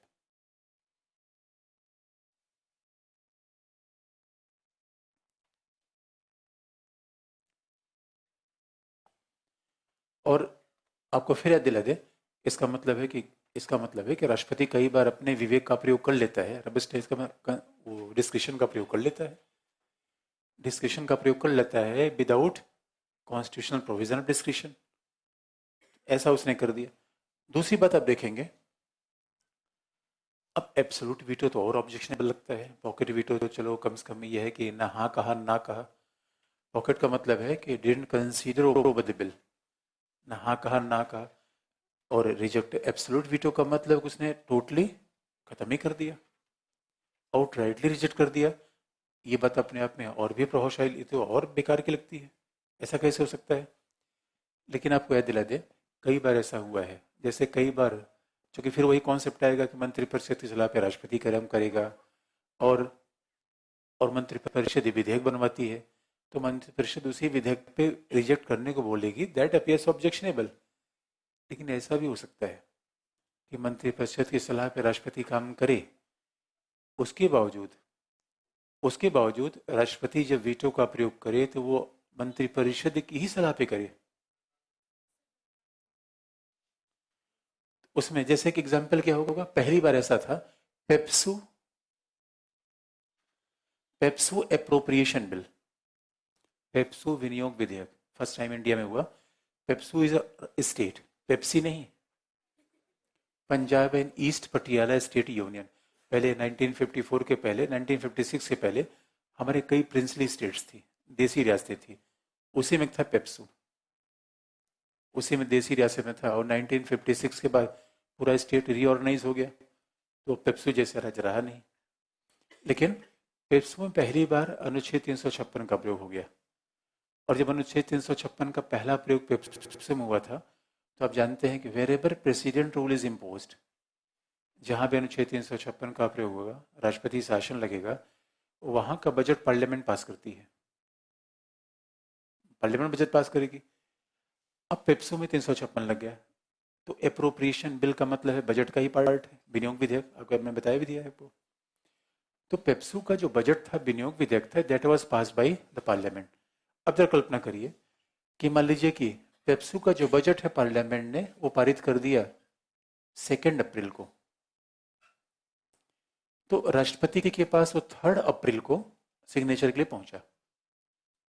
2 अप्रैल को राष्ट्रपति ने, संसद ने पारित किया, 3 अप्रैल को राष्ट्रपति के पास सिग्नेचर के लिए पहुंचा. लेकिन तब तक क्या हुआ, 2 अप्रैल को ही प्रेसिडेंट ने अगला प्रोक्लेमेशन कर दिया कि 356 पेप्सू पे उठाया जाता है. अब बताइए, अब जब पेप्सू में 356, 3 अप्रैल को पेप्सू में 356 रहा ही नहीं, और बिल पे साइन करने के लिए राष्ट्रपति के पास कब आ रहा है, 3 अप्रैल को. इस राष्ट्रपति पास क्या ऑप्शन बचता है, एब्सोल्यूट वीटो. ना कह दिया.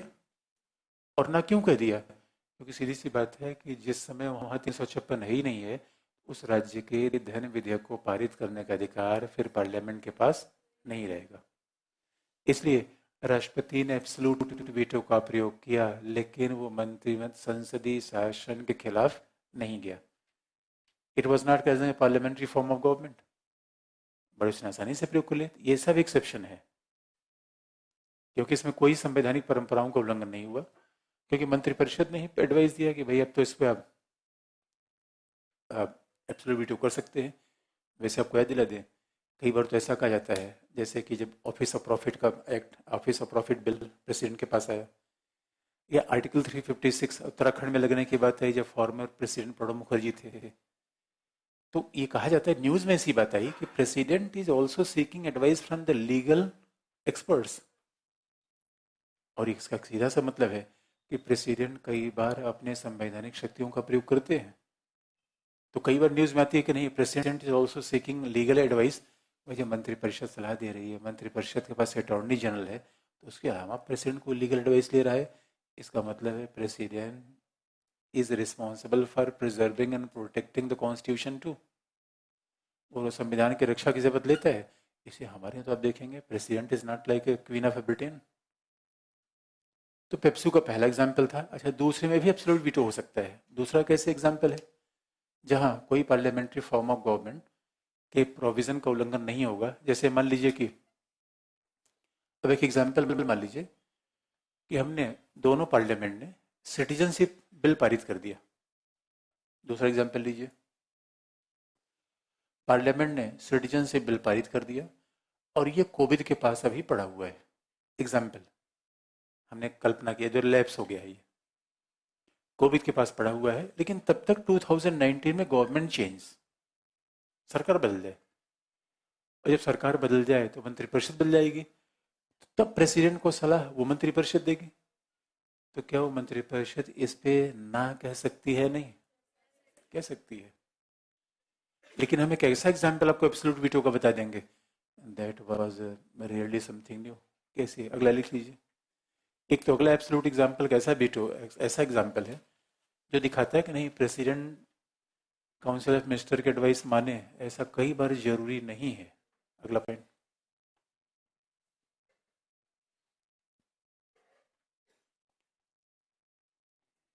बीपी सिंह सरकार के दौरान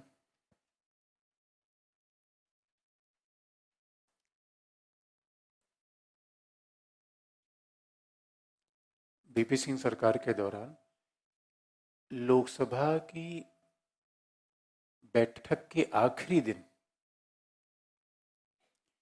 during the BP Singh government, last day, the last meeting of the Lok Sabha, the last meeting of Lok Sabha, BP Singh सरकार के दौरान लोकसभा की बैठक के आखिरी दिन, याद रखिए आखिरी दिन का मतलब है उसके बाद ये होना है लोकसभा सरकार गई, आखिरी दिन सांसदों के वेतन भत्ते बढ़ाने का प्रस्ताव पारित किया गया।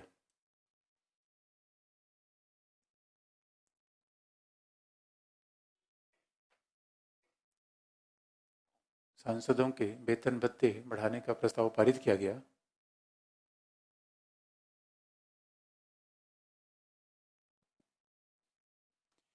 Even Parliament approved the hike of salaries of member of Parliament in the last day, in the last working day of Lok Sabha. Last working day is very important, जिसे राष्ट्रपति ने निरपेक्ष वीटो के द्वारा समाप्त कर दिया। Where president exercises the absolute veto.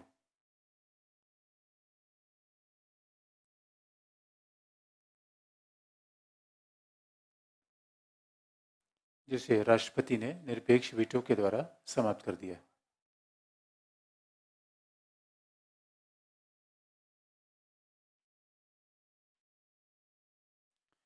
राष्ट्रपति ने निरपेक्ष वीटो के द्वारा समाप्त कर दिया। ये भी एग्जाम्पल है जिसका सीधा सा मतलब है कि राष्ट्रपति हमेशा मंत्रिपरिषद की सलाह से काम करे, ऐसा आवश्यक नहीं है। निरपेक्ष वीटो का प्रयोग कर दिया था उस समय। और अगला है सस्पेंसिव। ये तो एक तरीके से राष्ट्रपति का कॉन्स्टिट्यूशनल राइट है रिकंसिडरेशन का। बस यहां पे दो चीज आपको याद दिला दे, आप याद रखिए, एक है आर्टिकल 74, दूसरा 111 है। थोड़ा सा बस रुक जाइए, उसके बाद पूछ लीजिएगा। आर्टिकल 74, दूसरा 111। आर्टिकल 74 में प्रोविजन है, आर्टिकल 74 में प्रोविजन है कि मंत्रिपरिषद के द्वारा दी गई किसी सलाह को प्रेसिडेंट रिकंसीडर के लिए भेज सकता है। That was not in our original constitution, that was added through 44th amendment. दूसरा रिकंसिडरेशन का प्रावधान आर्टिकल 111 में है, जो ओरिजिनल कॉन्स्टिट्यूशन का पार्ट है। अब दोनों बातें ध्यान देखिए, यहाँ क्या है कि पार्लियामेंट ने जो बिल बनाया उस पर प्रेसिडेंट रिकंसिडर करेगा। 74 में है कि काउंसिल ऑफ मिनिस्टर ने जो एडवाइस दी उस पे president will ask for the reconsideration. दोनों चीजें अलग है। और ये रिकंसिडरेशन की आर्टिकल 74 में शक्ति जनता पार्टी सरकार ने राष्ट्रपति को दी थी, क्योंकि इंदिरा गांधी सरकार ने 42nd अमेंडमेंट से राष्ट्रपति की शक्तियों में थोड़ा सा प्रहार किया था, तो उसको फिर से रिस्टोर कर दिया इंदिरा गांधी ने। लेकिन इसलिए ये दोनों चीजें लगाई, that is a part of original constitution, 74 में बाद में जोड़ा गया। अब बताइए, आप पूछ बताइए।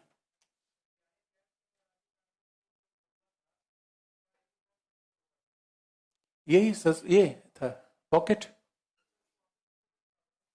क्या क्या करें? किसी भी वीटो का प्रावधान इंडियन कॉन्स्टिट्यूशन नहीं है। क्या करें? अरे pocket veto that is name given by journalist, हमने आपने नाम दे दिया, संविधान में थोड़ी यूज हुआ। He never said that I am using pocket veto. उसने तो विधेयक पे अनुमति दी ही नहीं। ये केवल लोकप्रिय नाम है, केवल लोकप्रिय नाम है, जो हम यूज कर लें आप यूज कर लीजिए।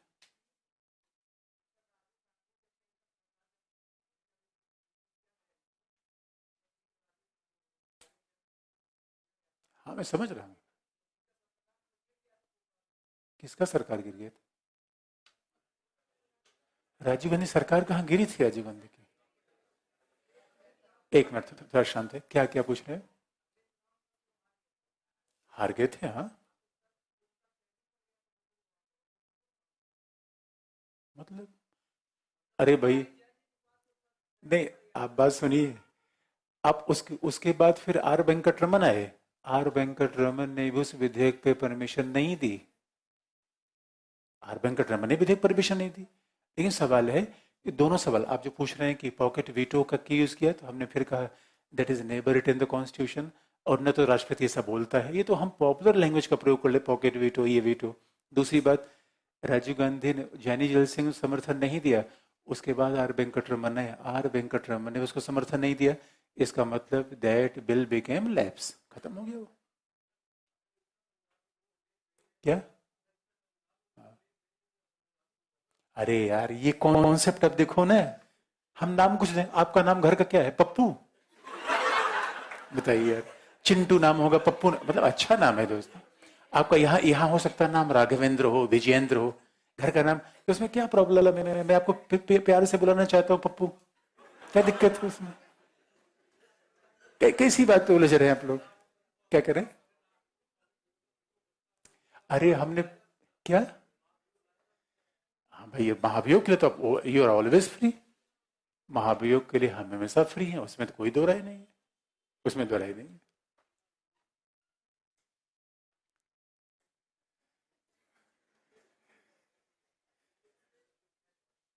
मतलब घर घर के बच्चों को तो यही कहते हैं, पप्पू गप्पू यही सब नाम रखा था घर के बच्चों का। तो उसमें अच्छा आपको बुरा तो नहीं लगा ऐसा कहना?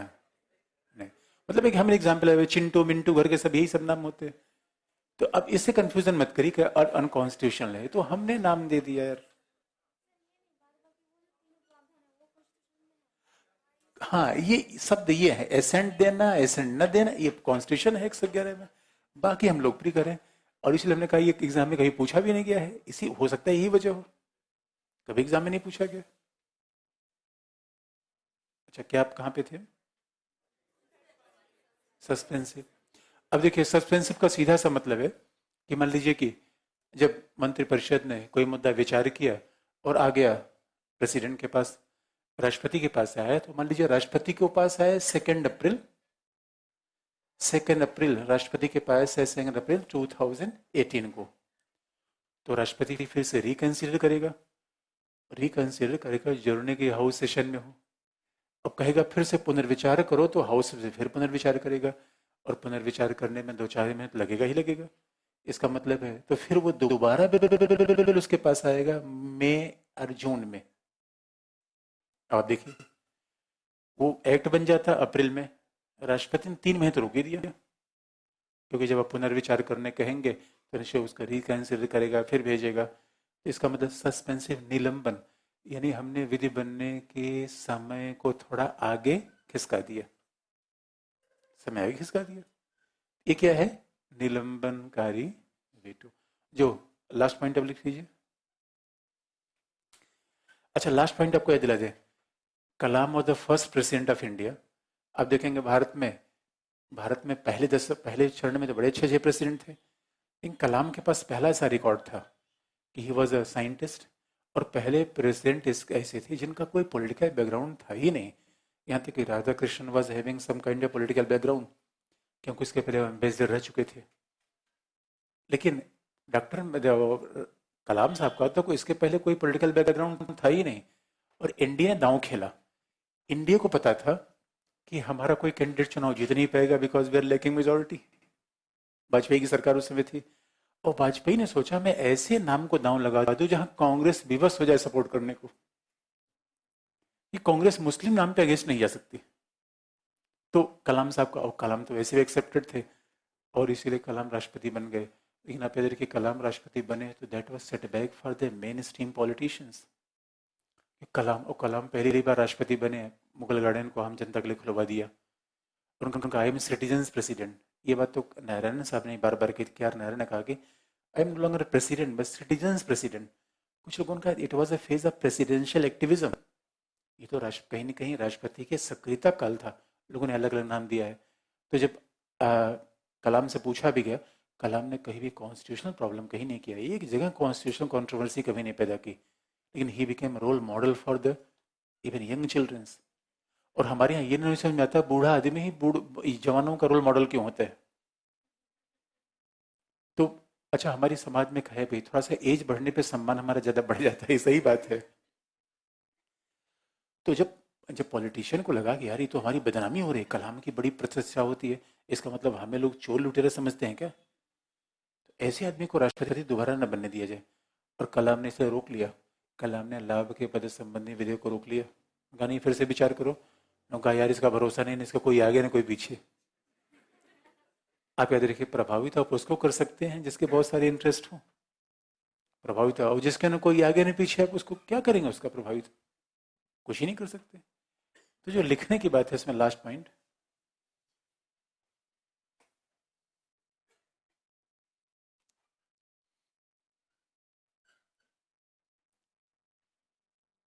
अब देखिए इसको कैसे अप्लाइड बनाते हैं, जो आपको मेन स्किल सीखना है, कैसे लपेटते हैं, कैसे अप्लाइड बनाते हैं। पहले कैसे 1990 के गठबंधन सरकारों के दौर में, अब देख कैसी चीजों को हमने जोड़ दिया।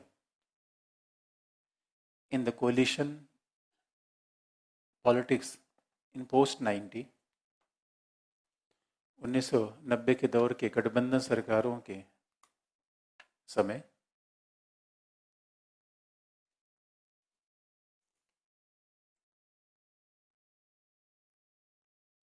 गठबंधन सरकारों के समय प्रधानमंत्री की शक्तियां कमजोर हुई।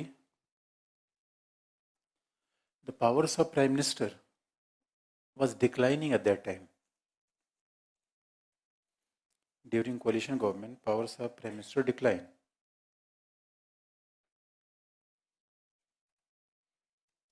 प्रधानमंत्री की शक्तियां कमजोर हुई, जबकि राष्ट्रपति का प्रभाव बढ़ने लगा।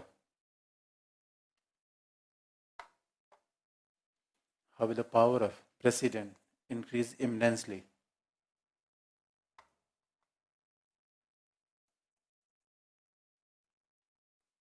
अच्छा, कुछ लोगों ने कहा कि भाई राष्ट्र प्रसाद पर्यंत को, पूरा प्रसाद पर्यंत के बारे में डिसीजन बता देंगे, गवर्नर पे आएंगे तो बता देंगे, उस पर सुप्रीम कोर्ट का डिसीजन है प्रसाद पर्यंत के बारे में, तो वो चिंता मत करिए। क्या लिखा आपने, राष्ट्रपति का प्रभाव बढ़ने लगा, इसीलिए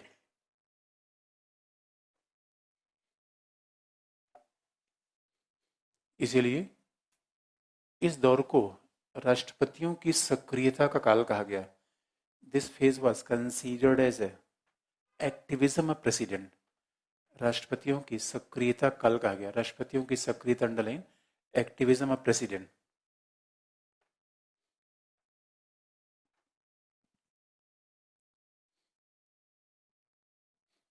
राष्ट्रपतियों की सक्रियता काल कहा गया। यद्यपि राष्ट्रपति के आर नारायणन ने कहा, however the president के आर नारायणन said that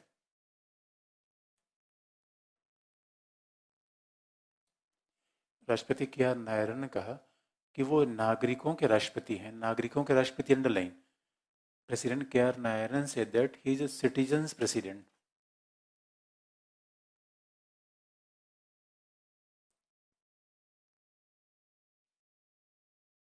राष्ट्रपति के आर नारायणन ने कहा कि सिटीजन्स प्रेसिडेंट वो नागरिकों के राष्ट्रपति हैं।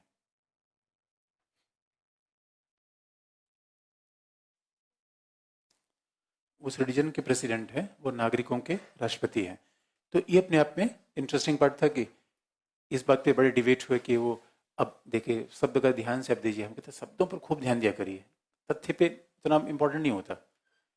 अब जैसे नागरिकों का राष्ट्रपति, तो अपने आप में बात सुनने थोड़ा ऑब्जेक्शनेबल लगता है। वही नागरिकों से चुना गया प्राइम मिनिस्टर, नागरिकों से चुना गया काउंसिल ऑफ मिनिस्टर, और आप तो पार्टी लेवल से चुन लिए गए, और आप कहेंगे जैसे गवर्नर जाकर कहे कि मैं जनता दरबार लगाना चाहता हूँ। ये बात ठीक है? तो सवाल है कि who is represent the citizens, council of minister, president?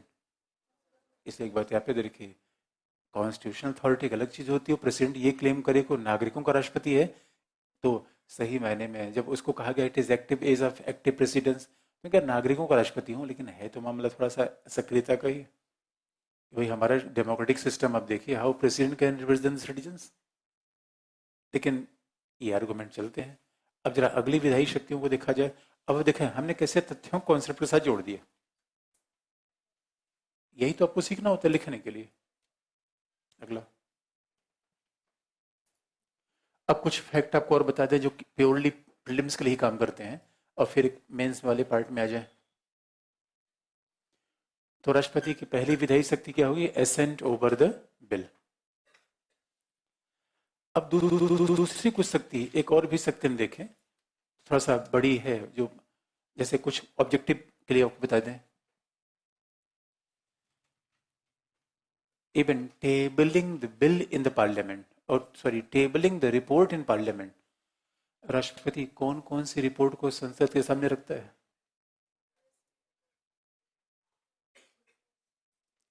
Tabling the reports in parliament.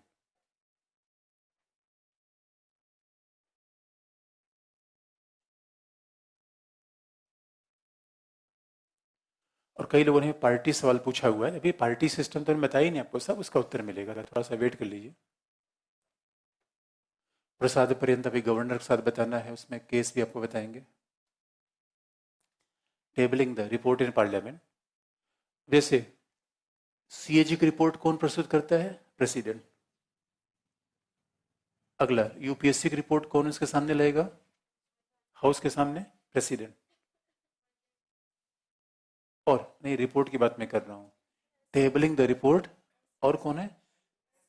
SC commission, schedule caste commission की रिपोर्ट कौन लाएगा? प्रेसिडेंट। अगला, शेड्यूल ट्राइब्स कमीशन, इन सब के report president table before the parliament.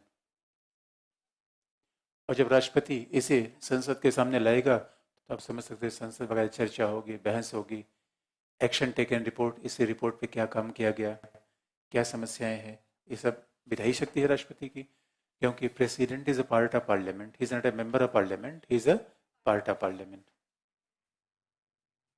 अगला है कई ऐसे विधेयक है जिसपे previous consent of precedence is important before the introduction of bill in the house. यानी सदन में विधेयक को लाने से पहले राष्ट्रपति की पूर्व अनुमति की आवश्यकता होगी। कई विधेयक ऐसे हैं जैसे कि प्रीवियस कंसेंट,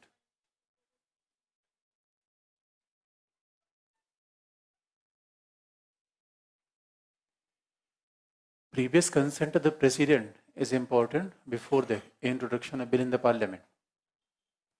अब देखिए ये सब बेसिक चीजें हैं, खूब इसको ध्यान में रखिए। ऑब्जेक्टिव एग्जाम के लिए बहुत इंपॉर्टेंट होता है, यही हमें याद नहीं हो पाता, क्योंकि हम कहाँ फंसे हुए हैं? प्रसाद पर्यंत के सिद्धांत में। वो आगे आपको बता देंगे, लेकिन याद रखिए वहां से पीटीएम सवाल कभी नहीं पूछा जाएगा, न पीटीएम पूछा जाएगा न मेन से पूछा जाएगा, लेकिन यहाँ से सब बेसिक चीजें, और हम तो बेसिक देते हैं। पीटी फेल होने का मूल कारण है बेसिक्स पे हमारा ध्यान ही नहीं है, बड़ी बड़ी बातें। अब करंट अफेयर ना फेयर हो पा रहा है और लग जा रहा है करंट। दोस्तों अजीब सी बात, करंट अफेयर कमाल हो गया। नहीं, प्रीवियस कंसर्न, तो किन किन बिल को प्रीवियस कंसर्न लेने का? अब बताइए किन किन बिल को प्रीवियस कंसर्न चाहिए? पहला, मनी बिल तो आप बता ही देंगे, मुझे पता है। उसके बाद बताइए अब, राज्यों के नाम परिवर्तन से संबंधित विधेयक, एनी बिल related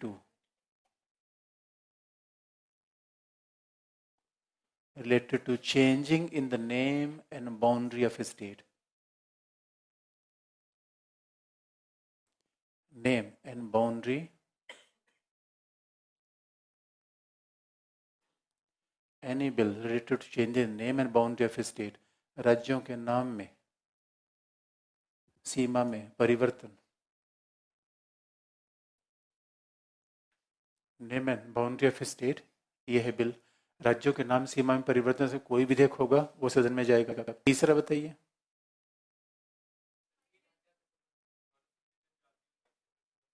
नहीं. अब देखिए यही है.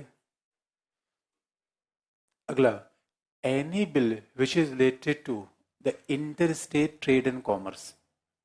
अंतरराज्यीय, अंतरराष्ट्रीय नहीं, अंतरराज्यीय व्यापार और वाणिज्य से संबंधित कोई विधेयक. Any bill related to trade and commerce, trade and inter state commerce.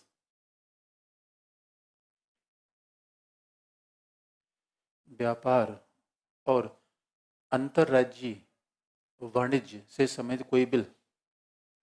अगला, any bill which is affecting the taxation और the commercial interest of state. Any bill which is affecting, कोई ऐसा विधेयक जो राज्यों के करों के हित को या व्यापारिक हित को प्रभावित करता है. ऐसा विधेयक which is affecting the taxation of state, जो राज्यों के करारोपण के शक्ति को किसी तरीके से प्रभावित करता है या व्यापारिक शक्ति को प्रभावित करता है, वो पहले राष्ट्रपति की अनुमति से ही सदन में लाया जाएगा. लेकिन ये भी याद दिला दें, अगर मान लीजिए, इसका मतलब फिर बता दें कि धन विधेयक, पहला राज्यों के नाम भूभाग में चयन से संबंधित कोई विधेयक. तीसरा, अंतर्राज्यीय व्यापार वाणिज्य से संबंधित कोई विधेयक. अगला, affecting the taxation of state, यानी करारोपण और राज्यों के व्यापारिक हित से संबंधित कोई विधेयक. इसको प्रीवियस कंसेंट लाया जाएगा. लेकिन मान लीजिए जहां पे हमें ये उम्मीद है कि प्रीवियस कंसेंट इज इंपॉर्टेंट और हमने प्रीवियस कंसेंट लिया नहीं और प्रेसिडेंट ने साइन कर दिया उस पर, तो इस बात से उस समय वो बिल पर कोई फर्क नहीं पड़ेगा कि प्रेसिडेंट ने पहले उस पर हस्ताक्षर नहीं किए हैं, पहले प्रीवियस कंसेंट नहीं दिया है, तो that bill doesn't become illegal. देखिए अगला, अगला क्या होता है. तो देखिए ये सब इतनी बेसिक छोटी बातें हैं जिनको बहुत जरूरी होता है याद करना.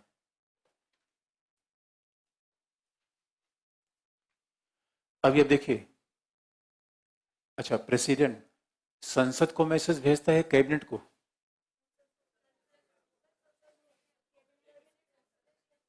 हमेशा पे देखिए, president is never allowed to send any message to cabinet. संसद को समय से मैसेज देता है. और कैसे? पहला, प्रेसिडेंट क्या करता है, उसका पार्लियामेंट में क्या रोल होता है. पहला, he address the first session of parliament when parliament assemble together. ये ज्वाइंट सेटिंग नहीं है बल्कि क्या है, असेंबल टुगेदर. जब सदन आपस में एकत्रित होता है, उस पहले भाषण को, बजट भाषण को संयुक्त रूप में कौन संबोधित करता है, प्रेसिडेंट.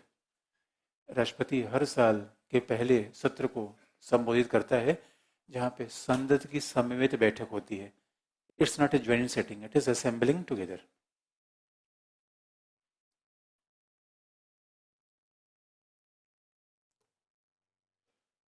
तो सदन के पहले सत्र में समन्वित बैठक होती है और लोकसभा चुनाव के बाद.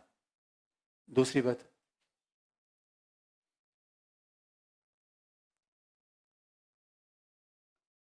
दूसरा है, प्रेसिडेंट दो एंग्लो इंडियन को लोकसभा में और 12 नॉमिनेटेड मेंबर्स राज्यसभा में.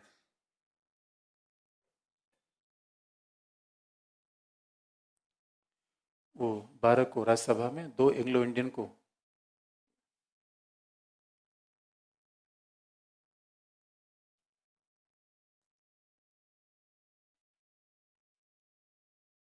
और आप देखेंगे प्रेसिडेंट को और भी अधिकार है कि when he can also disqualify A member of parliament. President किसी मेंबर ऑफ पार्लियामेंट को डिसक्वालीफाई कर सकता है अगर इलेक्शन कमीशन ने एडवाइस दिया हो if that person is not fulfilling the constitutional eligibility. अगर कोई सांसद या विधायक संवैधानिक अयोग्यताओं का शिकार हो गया हो। संवैधानिक अयोग्यता मैंने आपको बताया है क्या क्या संवैधानिक अयोग्यता है, बताया कि नहीं बताया मैंने। अगर कोई मेंबर ऑफ पार्लियामेंट संवैधानिक अयोग्यताओं का शिकार हो गया हो तो संवैधानिक अयोग्यताओं के शिकार का अंतिम निर्णय कौन करेगा? President with advice of election commission of India. क्या एमएलए के बारे में गवर्नर, एमएलए के बारे में गवर्नर इलेक्शन कमीशन की रिपोर्ट पे।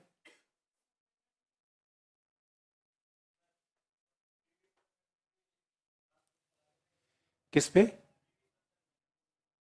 किसमें? प्रीवियस अच्छा प्रीवियस कंसर्न मतलब बिल के बारे में किससे सलाह लेगा? हाँ, मंत्रिपरिषद। बिल्कुल, राष्ट्रपति का हर काम मंत्रिपरिषद सलाह से होता है, कुछ एक्सेप्शन छोड़ दिए तो, कुछ एक्सेप्शन है केवल, तो वो हमेशा वो सलाह लेता है भाई प्रीवियस कंसर्न तो निश्चित तौर पर। और इधर सोच के देखिए कोविड मोदी को ना कह दें संभव है? सवाल ही नहीं पता था। यहाँ तो कि हमने पहले बताया था इंदिरा गांधी ने जब राष्ट्रपति जब इमरजेंसी लगा दी बिना मंत्रिमंडल की बैठक के, और फखरुद्दीन अली अहमद इतना पूछा था कि मैडम अपने मंत्रिमंडल से पूछ लिया है। इधर गांधी ने कहा फखरुद्दीन साहब आप ये सवाल मुझसे पूछेंगे, आपकी हिम्मत कैसी हुई? उनका मैडम बुरा मत मानो, उनका बुरा मान गया, साइन करो जल्दी से। अब देखो कोविड क्या पूछेंगे मोदी से? मोदी कृपा हुई कि प्रेसिडेंट हाउस चले गए, और दोस्तों 5 साल प्रेसिडेंट हाउस में रह लेना कोई सामान्य बात है क्या? हम अब दिल्ली में खोपचे में रह रहे हैं दोस्तों। प्रेसिडेंट हाउस तो ये मोदी तो Covid should be grateful towards Modi through out his life. अगला अगला आप देखेंगे, अगला है क्षमादान की शक्ति, थोड़ा विस्तार करेंगे। अगला है pardoning power of the president. अगला है राष्ट्रपति के क्षमादान की शक्ति।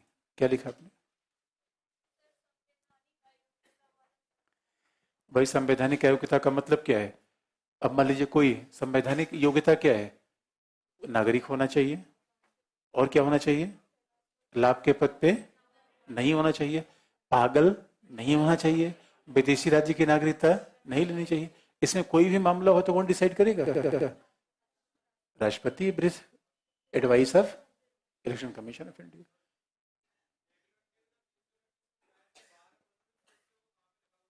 क्या? अरे भाई सीधी सी बात है, अनुच्छेद 79 लोकसभा है, 81 राज्यसभा में है। राज्यसभा में, राज्यसभा के 12। हाँ। अगला, अब राष्ट्रपति के क्षमादान की शक्ति है, बताओ। हाँ हाँ, तो निश्चित तौर पर कुछ जगह, अच्छा ये बहुत इंपॉर्टेंट बात है, जरा इस बात को लिख लीजिए, इस बात को लिख लीजिए कि जहां अयोग्यता वाली बात है, ये बहुत इंपॉर्टेंट पॉइंट है, लिख लीजिए। अच्छा आप याद रखिए, जब हम ये कहते हैं कि देखिए राष्ट्रपति की 2 शक्तियां और आपको बता दीजिए, बड़ा इंपॉर्टेंट है, इस बात को लिख लीजिए कि राष्ट्रपति संवैधानिक अयोग्यताओं के संबंध में, ये बहुत इंपॉर्टेंट पॉइंट है, राष्ट्रपति संवैधानिक अयोग्यताओं के संबंध में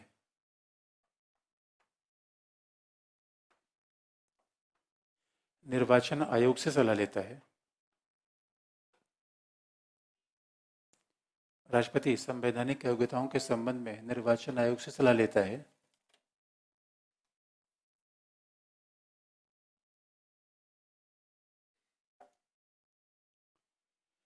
जिसका यह स्पष्ट अभिप्राय है, जिसका यह स्पष्ट अभिप्राय है कि राष्ट्रपति सदैव मंत्रिपरिषद से सलाह नहीं लेता।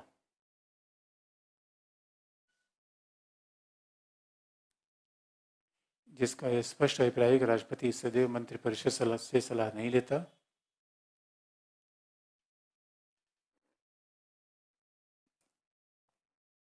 इसलिए वह सदैव मंत्रिपरिषद की सलाह से कार्य करने के लिए बाध्य नहीं है।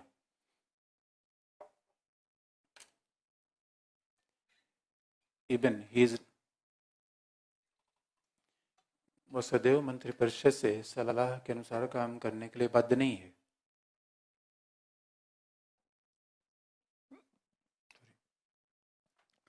अच्छा, ये बहुत बड़ी आपको दिखता नहीं एग्जाम्पल, ये बहुत बड़ा कॉन्सेप्चुअल पॉइंट बन गया जो आपको दिखा सकते हैं कि why president can exercise power without aid and advice of council of minister. ये बहुत बड़ी बात है ये।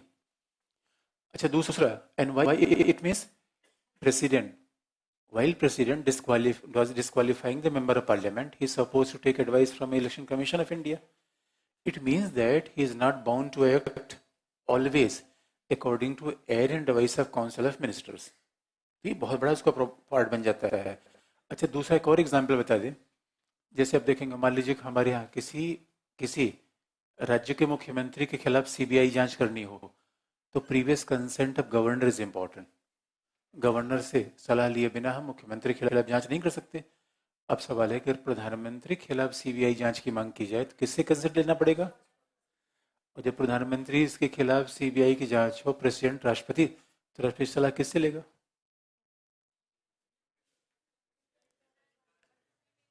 भाई सीधी से हम विवेकाधीन शक्ति बन गए कि नहीं है? And then became very crucial जब राजीव गांधी के खिलाफ बोफोर्स के घोटाले का मामला लगा था। एंड बोफोर्स, देख दोस्तों, हमारे यहाँ घोटाले का मामला कितना रियल होता है, कितना पॉलिटिकल, तो आप जानते हैं, आज तक तय हो नहीं पाया। लेकिन जब बोफोर्स घोटाले का मामला चला था तो उसमें कुछ लॉयर्स सुप्रीम कोर्ट के पास गए और उन्होंने कहा कि president should give the permission for CBI to inquire against the prime minister of India. President ने इंक्वायरी नहीं दिया। इसका मतलब वेरियस ओकेजन्स में भी there were president can act alone without the aid and advice of council of ministers. बड़ी बात है ये। तो बहुत सारे आर्गुमेंट हम लिख सकते हैं, ये भी बहुत बड़ा आर्गुमेंट माना जाता है कि राजीव गांधी के खिलाफ जो परमिशन मांगी गई थी उसमें परमिशन नहीं दी गई, तो राष्ट्रपति यहाँ पे काम कर सकता है अच्छे से। अगला है क्षमादान की शक्तियां। अब ये थोड़ा इसका विस्तार करना है। ऑर्डिनेंस, विधायी शक्तियों में ऑर्डिनेंस तो मैंने पहले आपको बता दिया है। अगला है क्षमादान, the power of pardon of president.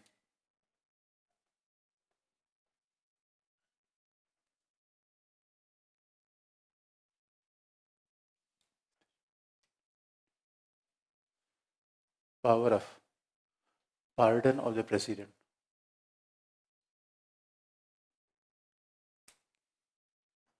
अब इस पे डिबेट चलता रहता है, कोई ना कोई मामला इस पे तो आता ही रहता है कि power of the pardon of president. अच्छा, ये बात आप जानते हैं कि जब हम पार्डन की बात करते हैं तो निश्चित तौर पर संविधान में जो बात नहीं लिखी गई है, संविधान में तो लिखा गया है कि what kind of pardon power is can exercise by the president. लेकिन सवाल यह है कि क्षमादान की शक्ति दी क्यों जाती है? अब जरा देखिए, हमारे यहाँ time and again I have told you कि हमारा constitution, our constitution runs on the principle of separation of power. और सेपरेशन ऑफ पावर में दंड के लिए विधि का निर्माण कौन करता है? विधायी का। आप याद रखिए, हमारा पूरा देश विधि से चलता है और विधि में अगर कोई दंड के प्रावधान है तो उसके हिसाब से व्यक्ति को दंडित किया जा सकता है। पहला तो दंड का प्रावधान करती है विधायिका, दंड को एग्जीक्यूट कौन करती है? कार्यपालिका। और दंड दंड देता कौन है? न्यायपालिका। न्यायपालिका। लेकिन अब फिर देखेंगे, कार्यपालिका को अगर दंड को एग्जीक्यूट करने का अधिकार है तो पार्डन का भी अधिकार है। अच्छा, क्षमा होना चाहिए या नहीं? क्यों? संवैधानिक आधार पे या नैतिक आधार पे? दोस्तों, always we should open for the pardon. और आजकल तो हमारा समाज इतना इनसेंसिटिव होता जा रहा है कि छोटे छोटे अपराध के लिए टांग दो, सजाए मौत दे दो, डेथ पेनल्टी दे दो। What kind of insensitive people we are. दोस्तों, मैं तो पूछता हूँ, ऐसा कोई व्यक्ति आज तक मुझे, मैं तो अपने आप को जानता हूँ, मैंने जीवन पता कितनी गलतियां की और पता नहीं मैं दूसरे को नहीं जानता। अब सवाल है, अब आप देखिए दोस्तों, गलती करना मानव स्वभाव है। अगर आप गलती नहीं करते इसका मतलब यू आर अ गॉड, आप ईश्वर हैं। और दोस्तों, ईश्वर से हम मिले नहीं। और अब जरा सोच के देखिए, कई बार ऐसा होता है कि कोई एक आदमी किसी का पर्स चुरा लिया, वो लात घुसे, वो लात घुसे। देखो, हीरोइज्म देखना उस समय, देखिए लोगों को हीरोइज्म जाग जाता है। अरे मैंने भी किसी के बचपन में अमरूद चुरा के खाए थे दोस्तों, वो भी लात घुसे मारता था, हमें कितना खराब लगता। लेकिन उसने कभी लात घुसे मारा नहीं दोस्तों मुझे। He was a more generous. बचपन में किसने नहीं चोरी की थी बताइए? कई लोग हो सकते हैं, I am proud of you, लेकिन मैंने की थी दोस्तों। और इसकी सीधी बात है, ये पूरा जीवन ही है, ये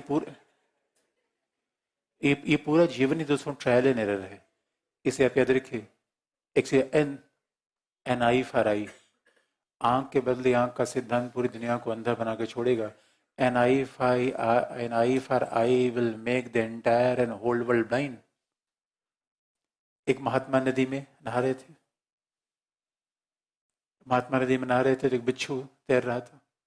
महात्मा नदी को बिच्छू को बचाने का प्रयास कर रहे थे, और बिच्छू लगातार उनको काटता जा रहा था।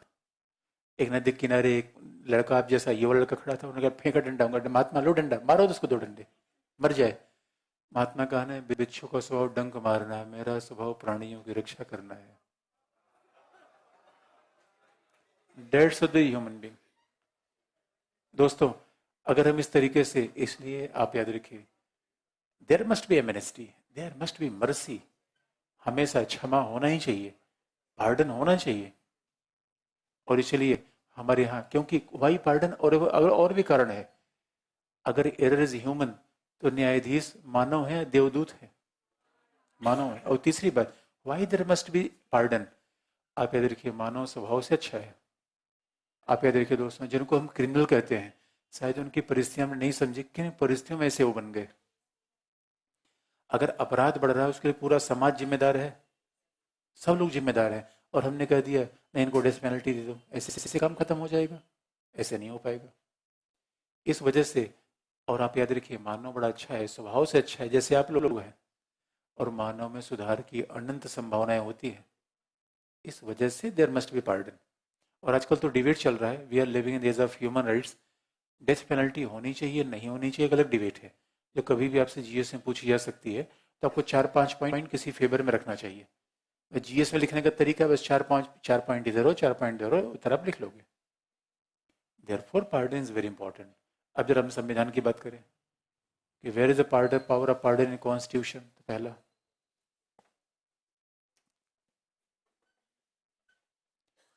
तो संविधान में राष्ट्रपति and governor, president and governor is given the power of pardon.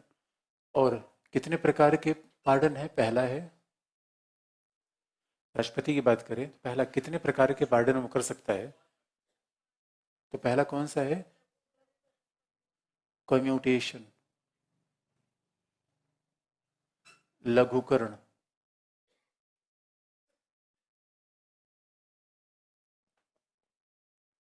Commutation. आप याद रखिए, क्षमा का मतलब यह नहीं कि पूर्ण क्षमा, पार्शियल भी हो सकता है। अब जैसे 10 साल की दंड मिला हुआ, 5 साल उसको बदल देना है, इट इज अ पार्डन और नॉट? क्षमा है भाई, हमने कम तो कर दिया। तो कम्यूटेशन में क्या होता है? डेथ पेनल्टी को लाइफ इम्प्रिजनमेंट में बदल देना।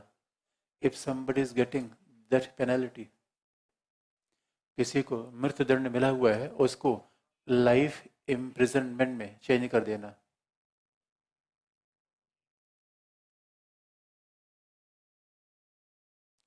उसको मृत्युदंड मिला हुआ है और उसको आजीवन कारावास में चेंज कर देना। ये क्या है? कम्यूटेशन।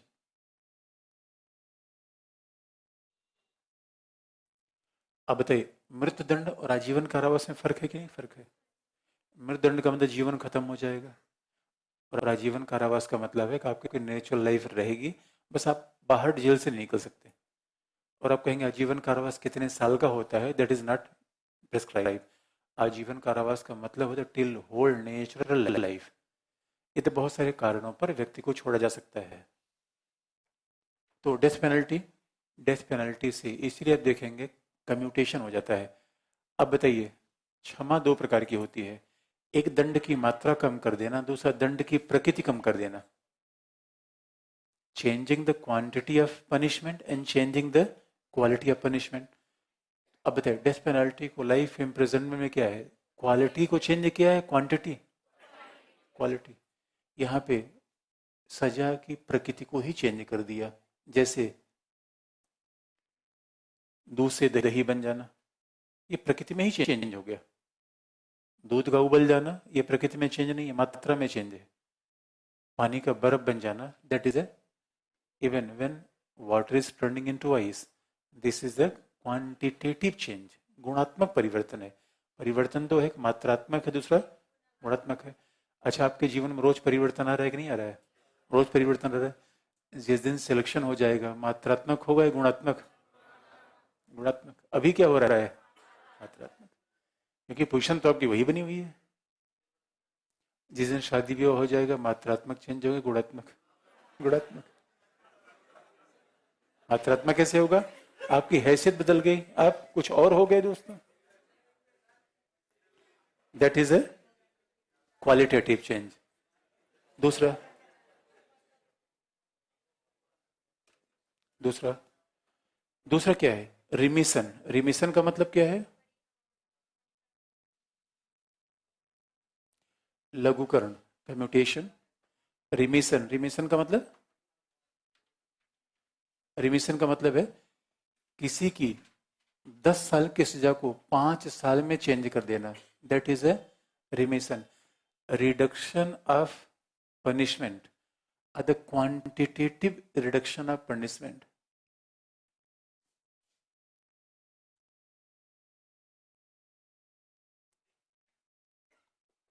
दंड में मात्रात्मक परिवर्तन कर देना, quantitative reduction in the punishment, remission. तो सलमान खान को क्या दिया गया? संजय दत्त को रिमिशन दिया गया, संजय दत्त को रिमिशन दिया गया। उसके बाद क्या है? रिस्पाइट।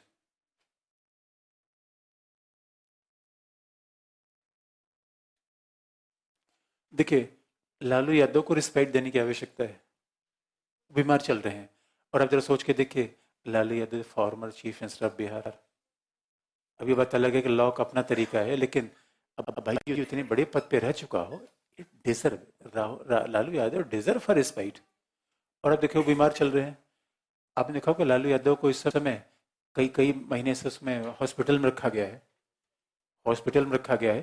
तो सवाल है कि कोई व्यक्ति जेल में रहता है तो हॉस्पिटल में जब रहेगा तो क्या उसकी सजा उसे मानी जाएगी? It is special condition. अब मान लीजिए कि कोई व्यक्ति दंडित है, उसी दौरान उसको टीबी हो गया, कोई असाध्य टीबी, कैंसर या समथिंग लाइक दैट, तो आप याद रखिए उसको क्षमा करना चाहिए कि नहीं? बिल्कुल क्षमा कर देना चाहिए, स्पेशल कंडीशन पे। दोस्तों यही मानव का मतलब होता है। बताओ, जो 15 साल तक चीफ मिनिस्टर बिहार का रहा, इतने बड़े पद पे रहा, भाई ठीक है लोगों की सेवा तो की ही, घोटाला किया तो कौन घोटाला नहीं कर रहा है दोस्तों हमारे यहाँ? और बात सीधी सी है, मैं तो कहता हूँ आसाराम बापू को ही फ्री होना चाहिए दोस्तों, सच पूछिए। रियली में, अरे भाई 80 साल की उम्र में किसी आदमी को आप जेल में रखे हुए हो, और ये कौन सी बात होती है दोस्तों? जैसे अब यही यही बात है दोस्तों। अरे अरे हमने कहा कि अब जब जब यही तो तर्क है जो आपको, यही तो मैं कर रहा हूं, आप इनसेंसिटिव होते जा रहे हो। पार्डन, हमने कहा two wrongs never make a right. एक ने गलती की तो आप भी तो वही गलती कर रहे हैं, तो हम अच्छे कैसे हुए? बाहर लगे चुनाव प्रचार करने लगे, ओ माय गॉड इतना डर रहे हैं। रिस्पाइट का मतलब है due to some special condition, किसी विशेष परिस्थिति के कारण किसी को क्षमा कर देना। स्पेशल कंडीशन होनी चाहिए। जैसे कोई स्पेशल कंडीशन क्या है? बीमारी, इलनेस, प्रोलॉन्ग इलनेस, किसी की बड़ी बीमारी हो जाए तो निश्चित तौर पर, अब बड़ी बीमारी हो जाए तो मान लीजिए कोई हॉस्पिटल में 4 साल रह गया, तो दैट 4 साल रह गया और 5 साल की सजा है, तो उसको 4 साल घटा दीजिए, रिस्पाइट। अब कोई महिला है, महिला है, महिला है और वो गर्भवती है, उसी दौरान जेल में आ गई, उसको डेथ पेनल्टी मिल गई, तो महिला को डेथ पेनल्टी मिली है, उसको बच्चे को मिल जाएगी। रिस्पाइट होना चाहिए कि नहीं होना चाहिए? That is special condition.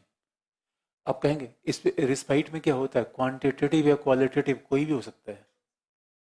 विशेष परिस्थिति है तो पार्डन इज मैंडेटरी, पार्डन होना चाहिए। चौथा, रिप्रीव, प्रविलंबन, रिप्रीव कहते हैं प्रविलंबन।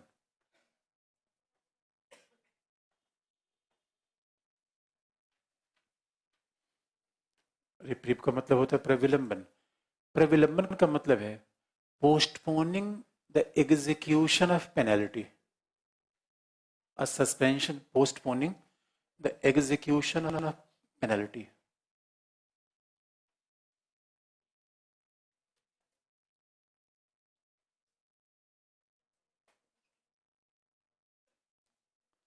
याद रखिए, postponing the execution of penalty, दंड के क्रियान्वयन को स्थगित कर देना। आप याद रखिए, दंड के क्रियान्वयन को स्थगित कर देना, माफ नहीं करना, दंड के क्रियान्वयन को स्थगित कर देना।